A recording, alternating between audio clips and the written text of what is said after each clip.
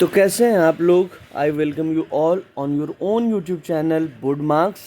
Let's start class 12th history. Class 12th history में we have three books में हम लोग पढ़ेंगे अभी themes in Indian history part 1 and इसके बाद पार्ट 2 देन पार्ट 3। पहला चैप्टर इसका है bricks beads and bones the Harappan civilization. ये हड़प्पन सिविलाइजेशन, इसी को कई बार लोग बोलते हैं इंडस वैली सिविलाइजेशन। हम लोग समझते हैं कि ये इंडस वैली सिविलाइजेशन या हड़प्पन सिविलाइजेशन है क्यों, तो देखोगे कि अर्लीस्ट साइट्स हड़प्पन सिविलाइजेशन के मिले, ठीक है, वो कहाँ मिले, तो either on the bank of Indus और इट्स ट्रिब्यूटरीज। तो इसी वजह से इसका नाम क्या पड़ गया, इंडस वैली सिविलाइजेशन। ठीक है, इंडस के ट्रिब्यूटरीज कौन कौन है, तो झेलम, चेनाब, रावी, सतलज, ब्यास, ये सारे क्या है, इंडस के ट्रिब्यूटरीज। एंड ज़्यादातर साइट जो है इन्हीं के बैंक पे मिले थे, जैसे मोहनजोदाड़ो, उसके अलावा हड़प्पा, ये सारे साइट्स कहाँ पे हैं, तो इन्हीं के बैंक पे। एंड इसीलिए सिविलाइजेशन का नाम दे दिया इंडस वैली सिविलाइजेशन। बाद में पता चला कि ये जो सिविलाइजेशन है इसका टेरिटोरियल एक्सटेंशन जो है कुछ ज़्यादा ही है। कहाँ से कहाँ तक है इसका टेरिटोरियल एक्सटेंशन, तो देखते हैं नॉर्थ में Manda is a place in Jammu Kashmir, ठीक है, वहाँ से लेकर के दैमाबाद कहाँ पे है, तो दैमाबाद महाराष्ट्र में है ये प्लेस तक। फिर उसके बाद अगर वेस्ट में देखोगे, वेस्ट में जो है सुतका जेंडोर है। सुतका जेंडोर कौन सा जगह पे है, बलूचिस्तान में है, ठीक है। बलूचिस्तान आजकल बहुत न्यूज़ में है, थोड़ा सा न्यूज़ को ट्रेस करते रहना चाहिए। एंड बलूचिस्तान के इधर वेस्ट में एंड ईस्ट साइड में क्या है आपका, तो आलमगीरपुर। ये आलमगीरपुर कहाँ पे है, तो यूपी में। तो ये सारे साइट्स, यानी ये जो इतना बड़ा एरिया जो कवर कर रहा है, ये एरिया जो है that was of 13 lakh square kilometre. यानी आज जो प्रेजेंट डे पाकिस्तान का एरिया देखोगे उससे कहीं ज़्यादा बड़ा ये एरिया रहा है इंडस वैली सिविलाइजेशन का। तो लोगों को लगा कि नहीं, Indus valley civilization is good, but इसका कुछ और नाम होना चाहिए। तो क्या हमने रखा है इसका नाम, हड़प्पन सिविलाइजेशन। हड़प्पन सिविलाइजेशन क्यों, तो कहता है Harappa was first site to be discovered. Harappa वो पहला जगह है जिससे हमें हड़प्पन सिविलाइजेशन के बारे में जानकारी मिला। 1921 में इसको डिस्कवर करने वाले जो पर्सन थे, क्या नाम है उनका, डॉक्टर दयाराम साहनी इस साइट को डिस्कवर किया। उसके बाद देखोगे एक और साइट डिस्कवर किया गया, मोहनजोदाड़ो, ठीक है। इसके बाद that was discovered by Rakhaldas Banerjee. तो इसीलिए इस सिविलाइजेशन को हड़प्पन सिविलाइजेशन बोलते हैं। आगे समझने का कोशिश करते हैं, टर्म्स, प्लेसेस एंड टाइम्स। ये कौन से टर्म्स, प्लेसेस, कौन से प्लेसेस में ये साइट का लोकेशन है, एंड टाइम्स, इसका टाइम पीरियड क्या रहा है। तो इसको समझने के लिए सबसे पहले देखते हैं कि जो इंडस वैली सिविलाइजेशन अभी हमने बोला उसको क्या बोलते हैं हम लोग, Harappan culture. Indus valley civilization is also called as Harappan culture. Harappan culture क्यों, तो archaeologist use term culture to use for a group of objects. कौन से ग्रुप ऑफ ऑब्जेक्ट्स, कैसे ग्रुप ऑफ ऑब्जेक्ट्स, तो कहता है फर्स्ट क्राइटेरिया या फर्स्ट फीचर है which are distinctive in style. उसके बाद सेकेंड क्राइटेरिया कहता है कि they are usually found together within a specific geographical area and third one is period of time. तो इस तरह का अगर क्राइटेरिया फुलफिल कर रहा है तो हम उसको क्या डेजिग्नेट करते हैं, कल्चर। तो हड़प्पन कल्चर क्यों बोल रहे हैं, तो हड़प्पा के केस में देखोगे कि यहाँ पे जो डिस्टिंक्टिव ऑब्जेक्ट मिले हैं वो है आपके seals, beads, weights, stone blades, bricks, ये सारे डिस्टिंक्टिव ऑब्जेक्ट्स हैं। कौन कौन से प्लेसेस से मिले हैं, तो Afghanistan, Jammu, Balochistan and Gujarat. Time period कौन सा है, तो जो मैच्योर हड़प्पन फेज है उसका टाइम पीरियड है 2600 BC टू 1900 BC। तो इस टाइम पीरियड में ये सब कुछ मिला है। आगे हमें ये समझना है कि जो हड़प्पन सिविलाइजेशन वाला जो हम ये रीजन देख रहे हैं, क्या ये रीजन जो है प्री ऑक्यूपाइड था, यानी हड़प्पन सिविलाइजेशन से पहले यहाँ कोई कल्चर एग्जिस्ट कर रहा था या नहीं, या फिर हड़प्पन सिविलाइजेशन का जो डिक्लाइन हुआ, ठीक है, मैच्योर हड़प्पन्स का 1900 BC में, उसके बाद क्या यहाँ पे कोई कल्चर फ्लरिश किया या नहीं, तो इसका आंसर यस। हड़प्पन सिविलाइजेशन से पहले भी, यानी मैच्योर हड़प्पन सिविलाइजेशन बोल रहे हैं यानी मैच्योर हड़प्पन की बात कर रहे हैं। तो मैच्योर हड़प्पन से पहले भी जो है यहाँ ये साइट्स वर ऑक्यूपाइड। यहाँ पे एक अलग कल्चर था जिसको हम कहते हैं early Harappa. And Harappan civilization का यानी मैच्योर हड़प्पन के डिक्लाइन के बाद भी एक यहाँ पे कल्चर फ्लरिश किया जिसको हम क्या बोलते हैं, लेट हड़प्पन। अब जो आगे हम लोग स्टार्ट करेंगे वो हड़प्पन सिविलाइजेशन का इंट्रोडक्शन समझते हैं। तो हड़प्पन सिविलाइजेशन का जो मोस्ट डिस्टिंक्टिव आर्टिफैक्ट है वो क्या है, हड़प्पन सील है। ये सील किससे बना हुआ है, तो it was made up of stone. कौन से स्टोन, तो इसको हम कहते हैं स्टेटाइट स्टोन से बना हुआ था। What does the seal contain, ये सील में आखिर क्या था, तो यहाँ पे अगर आप पिक्चर देखेंगे तो ये दिखाता क्या है कि यहाँ पे इस पे सील के ऊपर एनिमल मोटिव बना हुआ है। यहाँ पे जो है क्या है, एक स्क्रिप्ट यूज हुआ है जिसके साइंस यहाँ पे हमें देखने को मिलता है, विच इज़ अनडिसिफर्ड। यानी जो साइन ये लोग यूज किए, जो स्क्रिप्ट हड़प्पन यूज किए, वो आज तक हम लोग पढ़ नहीं पाए हैं। और पढ़ नहीं पाए हैं तो इसीलिए इस पीरियड को हम क्या कहते हैं कि this was the period of proto history, यानी हिस्ट्री का वो पीरियड जहाँ पे हमारे पास आर्कियोलॉजिकल एविडेंसेस के साथ साथ क्या है, लिटरेरी एविडेंसेस यानी रिटन एविडेंसेस है। बट हम लिटरेरी एविडेंसेस को क्या है, ये अनडिसिफर्ड है, इसको हम पढ़ नहीं पाए। तो ये हिस्ट्री का कौन सा फेज है, प्रोटो हिस्ट्री वाला फेज। कहता है कि if we are not able to decipher their script, अगर हम हड़प्पन की स्क्रिप्ट को जो है डिसिफर नहीं कर पाए तो फिर इनके बारे में, ये अनडिसिफर्ड होने के बावजूद जो है इनके बारे में हम कैसे जानते हैं, तो इनके बारे में जानने के लिए हमारे पास आर्कियोलॉजिकल सोर्सेस है। आर्कियोलॉजिकल सोर्सेस या आर्कियोलॉजिकल एविडेंस क्या, तो वो मटेरियल्स जिसको इन्होंने जो है एक टाइम में यूज़ किया था, ठीक है, जैसे हॉसेस हो गया, पॉट्स हो गया, ऑर्नामेंट्स हो गया, टूल्स हो गया, सील्स हो गया। जैसे आज आप भी जो है बहुत सारे गैजेट्स यूज़ करते हैं, बहुत सारे जो ऑब्जेक्ट्स यूज़ करते हैं, एंड उसी तरह ये भी ये सारे ऑब्जेक्ट्स यूज़ करते थे। लेकिन टाइम के साथ जब डिक्लाइन हुआ तो ये सारे ऑब्जेक्ट्स वहीं पे रखे रह गए। इनका जब एक्सकैवेशन हुआ, यानी ये अर्थ के अंदर है, जब इनका एक्सकैवेशन हुआ तो ये सारे ऑब्जेक्ट्स मिला, एंड इनके थ्रू जो है हम इनके लाइफ स्टाइल को, इनके बारे में सब कुछ समझने का कोशिश करते हैं। आगे कहता है कि ये सारे मटेरियल रिमेन्स है। अब मटेरियल रिमेन्स के साथ एक प्रॉब्लम क्या है कि आज जो कुछ हम इंटरप्रेट कर रहे हैं वो हो सकता है समय के साथ जो है वो चेंज हो जाए, ठीक है। तो यहाँ पे भी वही चीज़ है कि हमें हमेशा याद रखना चाहिए कि जो इन्फॉर्मेशन हमें मटेरियल रिमेन्स का एविडेंस से मिल रहा है उसको हम इंटरप्रेट कैसे कर रहे हैं, उस इंटरप्रिटेशन, वो जो इंटरप्रिटेशन है समय के साथ चेंज हो सकता है, ठीक है। इसके बावजूद जो है, ठीक है, हमारे पास ऐसे बहुत सारे हड़प्पन सिविलाइजेशंस के लाइफ के बारे में फैसेट्स हैं या एस्पेक्ट्स हैं जो हमारे लिए अननोन है, एंड इन फ्यूचर भी जो है वो अननोन रह सकता है, until and unless we are able to decipher Harappan script. अभी हम लोग स्टार्ट करेंगे बिगिनिंग्स। कहता है कि हड़प्पन सिविलाइजेशन वाले जिस रीजन के बारे में हम लोग पढ़ रहे हैं वो रीजन जो है मैच्योर हड़प्पन कल्चर से पहले भी जो है प्री ऑक्यूपाइड ये रीजन रहे हैं। पहले से भी यहाँ पे लोग रहते थे जिनको हम अर्ली हड़प्पन्स कहते हैं, एंड इसके हड़प्पन, मैच्योर हड़प्पन की डिक्लाइन के बाद भी लोग रहते थे जिसको हम लेट हड़प्पन्स कहते हैं।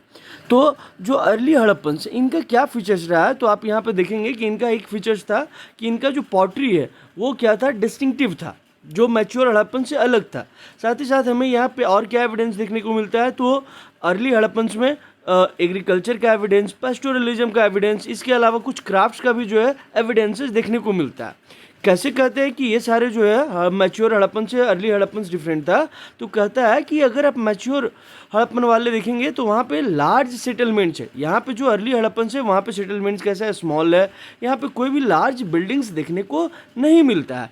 एंड इसके अलावा और हमें क्या देखने को मिलता है, तो जो अर्ली हड़प्पन से एंड जो मैच्योर हड़प्पन से, इनके बीच में एक ब्रेक देखने को मिलता है। कैसा ब्रेक देखने को मिलता है या क्यों ब्रेक देखने को मिलता है, तो हम इस बात से अनुमान लगाते हैं कि इन दोनों के बीच में जो है देखोगे कि बहुत सारे जो लार्ज स्केल बर्निंग साइट्स मिला है, इसके अलावा जो है बहुत सारे ऐसे सेटलमेंट्स रहे जिनको छोड़ दिया गया है। एंड ये अगर आपको देखना है तो आते हैं हम लोग अगले टॉपिक में। अगला टॉपिक क्या है, सब्सिस्टेंस स्ट्रैटेजीज।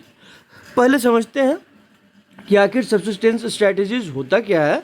तो सब्सिस्टेंस स्ट्रैटेजीज जो है क्या होता है, तो दिस इज द मेथड। ये कौन सा मेथड है, तो थ्रू विच, ठीक है, a society meets it's basic needs for survival. आपकी सर्वाइवल के लिए जो बेसिक नीड्स है, जैसे हमें क्या चाहिए, न्यूट्रिशन चाहिए, वाटर चाहिए, शेल्टर चाहिए, ये सारे हमारे बेसिक नीड्स है। या ये आप ये कह सकते हो कि सब्सिस्टेंस स्ट्रैटेजी क्या है, तो way through which human acquires food and others resources to sustain himself. तो सस्टेन करने के लिए जो बेसिक रिक्वायरमेंट्स है वही क्या है, सब्सिस्टेंस स्ट्रैटेजी। तो इसमें हम किसका बात किए, फूड का बात किए, शेल्टर का बात किए। तो अब कहता है कि first look at map 1, NCERT का मैप 1 देखिए एंड मैप 2 को देखिए। जब आप मैप 2 को देखेंगे तो यहाँ पे जो सेटलमेंट्स है ये सारे जो है, this settlements are small and very closer to each other, ठीक है। वही जब आप मैप 1 को देखेंगे तो यहाँ पे सेटलमेंट जो है रिलेटिवली लार्जर हैं, they are far away from each other and कुछ जो है सेटलमेंट्स वैसे जगह पे हैं जहाँ पे अर्ली सेटलमेंट्स था। जैसे इसमें कौन कौन सा है, तो यहाँ पे आप देखेंगे कि ये वाले रीजन में कोटदीजी, ठीक है, इधर जो है आपका आमरी नाल है। इसके अलावा जो है और भी साइट्स हैं जो इस समय अर्ली हड़प्पन में थे, वही साइट जो है लेटर हड़प्पन में भी जाकर के जो है या मैच्योर हड़प्पन में जो है, ठीक है, फ्लरिश किए थे। आगे यहाँ पे जो है हम लोग क्या देखते हैं कि जब इसी रीजन में जो अर्ली हड़प्पन वाला रीजन है उसी रीजन में एक नया कल्चर जब डेवलप हो रहा है तो ये कुछ चीज़ें जो है कॉमन एलिमेंट्स शेयर करते थे, जिसमें एक कॉमन क्या था, तो एक कॉमन एलिमेंट था वो था आपका सब्सिस्टेंस स्ट्रैटेजी। अब सब्सिस्टेंस स्ट्रैटेजीज में जो है हमें क्या देखने को मिलता है, तो जो आर्कियोलॉजिस्ट हैं उनको बहुत सारे जो है फूड प्रोडक्ट्स मिला है जो बताता है कि Harappans eight a wide range of plants. देखोगे ये बहुत सारा जो है, बहुत तरह के जो है प्लांट्स एंड एनिमल प्रोडक्ट्स जो है ये लोग कंज्यूम करते थे। इसके बारे में भी हमें कैसे पता चलता है, तो इनका जो खाने का या इनका जो डाइटरी प्रैक्टिसेस है उसके बारे में जो हमें एविडेंस मिला है, वो एविडेंस हमें किससे मिला है, तो कहता है जो चैड ग्रेन्स एंड सीड्स जो हमें मिला है ये हमें बताते हैं कि they ate a wide range of plant products. ये प्लांट प्रोडक्ट्स में जो है क्या है, या ये जो चैट ग्रेन्स एंड सीड्स इनके जो एविडेंस मिले, इनको जो पढ़ने वाले लोग हैं, इनके बारे में जो पढ़ते हैं, या जो एंशिएंट प्लांट रिमेन्स है उनके बारे में जो लोग पढ़ते हैं उनको हम क्या कहते हैं, आर्कियोबोटैनिस्ट। आर्कियोबोटैनिस्ट यानी वो पर्सन जो एंशिएंट प्लांट रिमेन्स के बारे में पढ़ता है। And ancient plant remains, chat grain, seeds पढ़ के ये लोग हमें बताए कि ये लोग कौन कौन सा ग्रेन खाते थे। तो ये लोग वीट खाते थे, बार्ली खाते थे, लेंटिल खाते थे, चिकपी खाते थे, सेसमी खाते थे। मिलेट्स देखोगे तो गुजरात वाले साइड से जो है बहुत ज़्यादा मिलेट्स का एविडेंस मिला है एंड राइस भी मिला है, लेकिन इसका एविडेंस क्या है, रेयर है। तो ये सारे जो है प्लांट्स प्रोडक्ट्स है जो जिसको ये लोग कंज्यूम करते थे। इसके अलावा ये लोग नॉनवेज भी खाते थे, ठीक है। नॉनवेज में कैसे पता चलता है, तो हमें यहाँ पे बहुत सारे जो है एनिमल का बोन्स मिला है। अब ये जो एनिमल बोन्स है, ये कौन कौन से एनिमल का बोन्स मिला है, तो देखोगे कैटल, सीप, गोट, बफेलो, ठीक है। ये वो एनिमल्स है जिसको जो इनके बोन्स को स्टडी करते हैं, यानी आर्कियोजूलॉजिस्ट या जू आर्कियोलॉजिस्ट, ठीक है। आर्कियोजूलॉजिस्ट या जू आर्कियोलॉजिस्ट इनके बोन्स को स्टडी करते हैं एंड बताए कि ये सारे एनिमल्स डोमेस्टिकेटेड एनिमल्स थे जिनका मांस ये लोग खाते थे। एंड इसके अलावा ये बताते हैं कि और भी एनिमल्स का जो है बोन्स मिला है, जैसे डियर, घड़ियाल, ठीक है, एंड बोर भी। देखोगे कि ये तीनों एनिमल्स क्या है, ये वाइल्ड एनिमल्स है। कहता है कि वाइल्ड एनिमल्स का जो मीट है ये खुद हंटिंग करते थे, या ये लोग जो हंटिंग कम्युनिटी है, जो हंटर कम्युनिटी है, उनसे परचेज करते थे। We don't have clear idea. तो सब्सिस्टेंस स्ट्रैटेजीज में आपने सबसे पहला पढ़ा इनका डाइटरी प्रैक्टिसेस या फूड्स दे एक्ट। अगला जो हम लोग पढ़ेंगे वो पढ़ेंगे एग्रीकल्चरल टेक्नोलॉजी। ये अगर एग्रीकल्चर में पार्टिसिपेट कर रहे हैं तो कौन कौन सा जो है टेक्नोलॉजीज ये लोग यूज़ करते। नेक्स्ट टॉपिक हमें जो पढ़ना है वो है एग्रीकल्चरल टेक्नोलॉजीज के बारे में। तो जो finds of grains last topic में जो हम लोग पढ़े थे कि यहाँ पे वीट, बार्ली, चिकपी, लेंटिल ऐसे जो है क्रॉप ये लोग ग्रो करते थे। तो इससे हमें पता चलता है कि एग्रीकल्चर जो है वहाँ प्रिवलेंट था, लेकिन एक्चुअल एग्रीकल्चरल प्रैक्टिसेस जो क्या है वो हमें फाइंड आउट करना थोड़ा मुश्किल है, थोड़ा डिफिकल्ट है कि एक्चुअल एग्रीकल्चरल प्रैक्टिसेस क्या था। जैसे सीड्स को ब्रॉडकास्ट किया जाता था या नहीं। एक तरीका है क्रॉप ग्रो करने का कि आप सीड को क्या करते हो, स्कैटर करते हो, ब्रॉडकास्टिंग करते हो।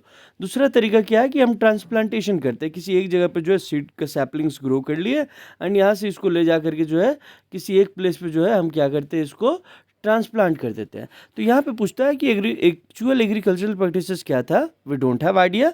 सीड्स को ब्रॉडकास्ट किया जाता था या ट्रांसप्लांट किया जाता था, हमारे पास एक्चुअली नहीं पता है। अब इसमें आगे बढ़ते हैं कि हमारे पास क्या वेल नोन चीज़ें मिला है। तो we have depiction of bulls on seal, ठीक है। साथ ही साथ जो है बुल का टेराकोटा मॉडल मिला है।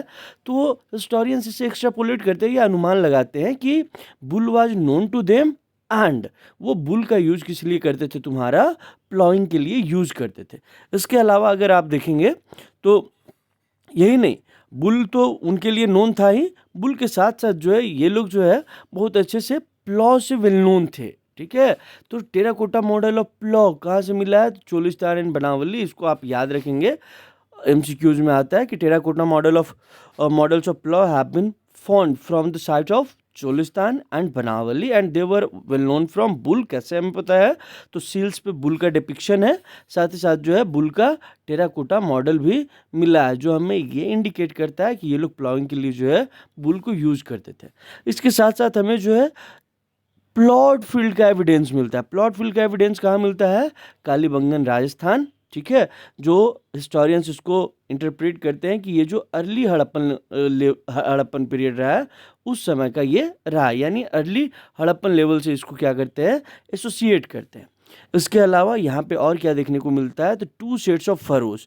ये फरोज जो है कैसा है, 2 सेट्स ऑफ फरोज, तो कहता है ये जो 2 सेट्स ऑफ फरोज है ये एक दूसरे को जैसे जब प्लॉइंग करते हैं तो इस तरह का लाइन बनता है। तो 2 सेट्स ऑफ फरोज इस तरह का जो है जा रहा है एंड ये एक दूसरे को जो है क्या है, राइट एंगल पे जो है इंटरसेक्ट कर रहे हैं। तो इस तरह का जो है हमें प्लॉट फील्ड मिलता है, जो ये बात का इंडिकेशन है कि इस वाले रो में कोई और क्रॉप ग्रो किया जाता था एंड इस वाले रो में कोई और क्रॉप ग्रो किया जाता था, नहीं यानी मल्टी क्रॉपिंग का जो एविडेंस देखने को मिलता है। इसके अलावा हिस्टोरियंस ये फाइंड आउट करने का कोशिश करते हैं कि ये लोग जो हार्वेस्टिंग करने के लिए कि आप क्रॉप जो है, ठीक है, क्रॉप ट्रांसप्लांट किए या ब्रॉडकास्ट किए वो कर लिए, उसके बाद जो है, ठीक है, उससे पहले जो है प्लॉइंग के बारे में भी पढ़ लिए, ठीक है। इसके बाद जो है तुम्हारा क्रॉप जब तैयार हो गया तो हार्वेस्ट कैसे करते हैं, क्रॉप को हार्वेस्ट करने के लिए तो हिस्टोरियंस अनुमान लगाते हैं कि हो सकता है जो स्टोन ब्लेड्स है उसको वुडन हैंडल में इस तरह का जो है आता है हसुआ, जिसको क्या कहते हैं तुम्हारे सिकल्स, इस तरह का जो है स्टोन ब्लेड, और इसमें क्या है वुडन जो है हैंडल लगा हुआ, या फिर जो है इसकी जगह पे जो है ये लोग मेटल टूल्स यूज करते थे, वी आर नॉट श्योर। साथ ही साथ ये लोकेशन अगर देखोगे तो ये लोकेशन कैसा रीजन है, तो ये आपका है semi arid reason. Semi arid reason का क्या फीचर्स है, तो वहाँ पे आप देखेंगे कि वाटर जो है, वाटर का स्कैरसिटी हमेशा रहता है, यानी सफिशिएंट अमाउंट में वाटर अवेलेबल नहीं रहता है। तो वाटर अवेलेबल नहीं है तो जो इरिगेशन के लिए कुछ तो चाहिए होगा, तो इरिगेशन टेक्निक के लिए हमारे पास क्या क्या है, तो अभी हमारे पास जो है कैनाल्स हो सकता है, ठीक है, वेल्स हो सकता है, वाटर टैंक्स हो सकता है। तो ये बहुत सारे मीन्स है जिसके थ्रू जो है हम इरिगेट कर सकते हैं। यहाँ पे इरिगेशन का क्या एविडेंस मिला है, तो कहता है कि as it was located in semi arid region, तो evidence of canals have been found from the site of Shortugai. Shortugai कहाँ है, तो ये अफगानिस्तान में। अफगानिस्तान से जो है हमें किसका ट्रेस मिला है, सोर्तुगई से कैनाल का ट्रेस, याद रखना है। इस तरह का जो है कैनाल्स पंजाब एंड सिंध में नहीं मिला है, पंजाब एंड सिंध में इस तरह का जो है ट्रेस नहीं मिला है। तो इससे हिस्टोरियंस ये अनुमान लगाते हैं, या ऐसा इसलिए हुआ होगा कि ये बहुत पुराना है and these canals would have silted up long ago, कि ये बहुत पहले ही जो है, ठीक है, क्या हो गए होंगे, ख़त्म हो गए होंगे एंड इसका एविडेंस हमारे पास नहीं है। साथ ही साथ जो है हमारे पास किसका एविडेंस है, तो जो वेल्स है, वेल से जो है तुम्हारे ये लोग वाटर ड्रॉ करते थे, आज के टाइम में भी जो है, ठीक है, वाटर निकाल करके वेल से हम लोग क्या करते हैं, इरिगेशन के लिए मिलाते हैं। उसके अलावा जो है एक और याद आपको रखना है कि जो वाटर रिजर्वायर्स है, वाटर रिजर्वायर्स कहाँ से मिला है, तो वाटर रिजर्वायर्स मिला है धोलावीरा। धोलावीरा कहाँ पे, गुजरात में। तो मोस्ट प्रोबेबली जो ये धोलावीरा में जो वाटर टैंक मिला है इसको एग्रीकल्चर के पर्पज से यूज किया जाता होगा। अगला टॉपिक हम लोग स्टार्ट करेंगे मोहनजोदाड़ो, अ प्लान्ड अर्बन सेंटर। अगर हड़प्पन सिविलाइजेशन का एक सबसे यूनिक फीचर हम देखें तो यूनिक फीचर क्या है, तो डेवलपमेंट ऑफ अर्बन सेंटर्स, यानी यहाँ पे ये वो पीरियड है जब इंडियन सब कॉन्टिनेंट में इसको हम फर्स्ट अर्बनाइजेशन कहते हैं, यानी इंडियन सब कॉन्टिनेंट में सबसे पहला जो अर्बनाइजेशन हुआ वो हड़प्पन सिविलाइजेशन के टाइम हुआ। सेकेंड अर्बनाइजेशन जो है हम लोग अगला चैप्टर में पढ़ेंगे, वो 600 BC के आसपास जो है स्टार्ट होता है। तो ये फर्स्ट अर्बनाइजेशन का फेज था जहाँ पे हम नए नए सिटीज़ का ग्रोथ देखते हैं। तो ये क्या है, ये हड़प्पन सिविलाइजेशन का सबसे यूनिक फीचर है, ठीक है। एंड इसी में एक शहर के बारे में हम लोग पढ़ने वाले हैं, मोहनजोदाड़ो के बारे में। मोहनजोदाड़ो अगर देखेंगे तो जो बेस्ट वेल नोन साइट है हड़प्पन सिविलाइजेशन का, वो क्या है, Mohenjodaro. Though it was not the first city to be discovered, already we have studied कि first city to be discovered was Harappa. तो यहाँ पे लेकिन हम लोग जो सबसे वेल नोन साइट है वो मोहनजोदाड़ो है। मोहनजोदाड़ो के बारे में पढ़ते हैं। तो मोहनजोदाड़ो को अगर प्लानिंग देखेंगे तो मोहनजोदाड़ो को जो है हम दो पार्ट में बांटते हैं।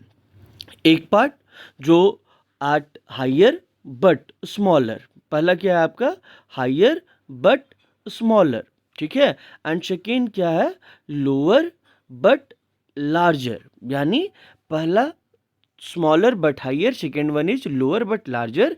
एंड इनको जो हिस्टोरियंस अलग अलग नाम से बुलाते हैं। जो स्मॉलर बट हायर है उसको बोलते हैं सिटाडेल, एंड जो लोअर बट लार्जर है इसको हम क्या बोलते हैं, लोअर टाउन।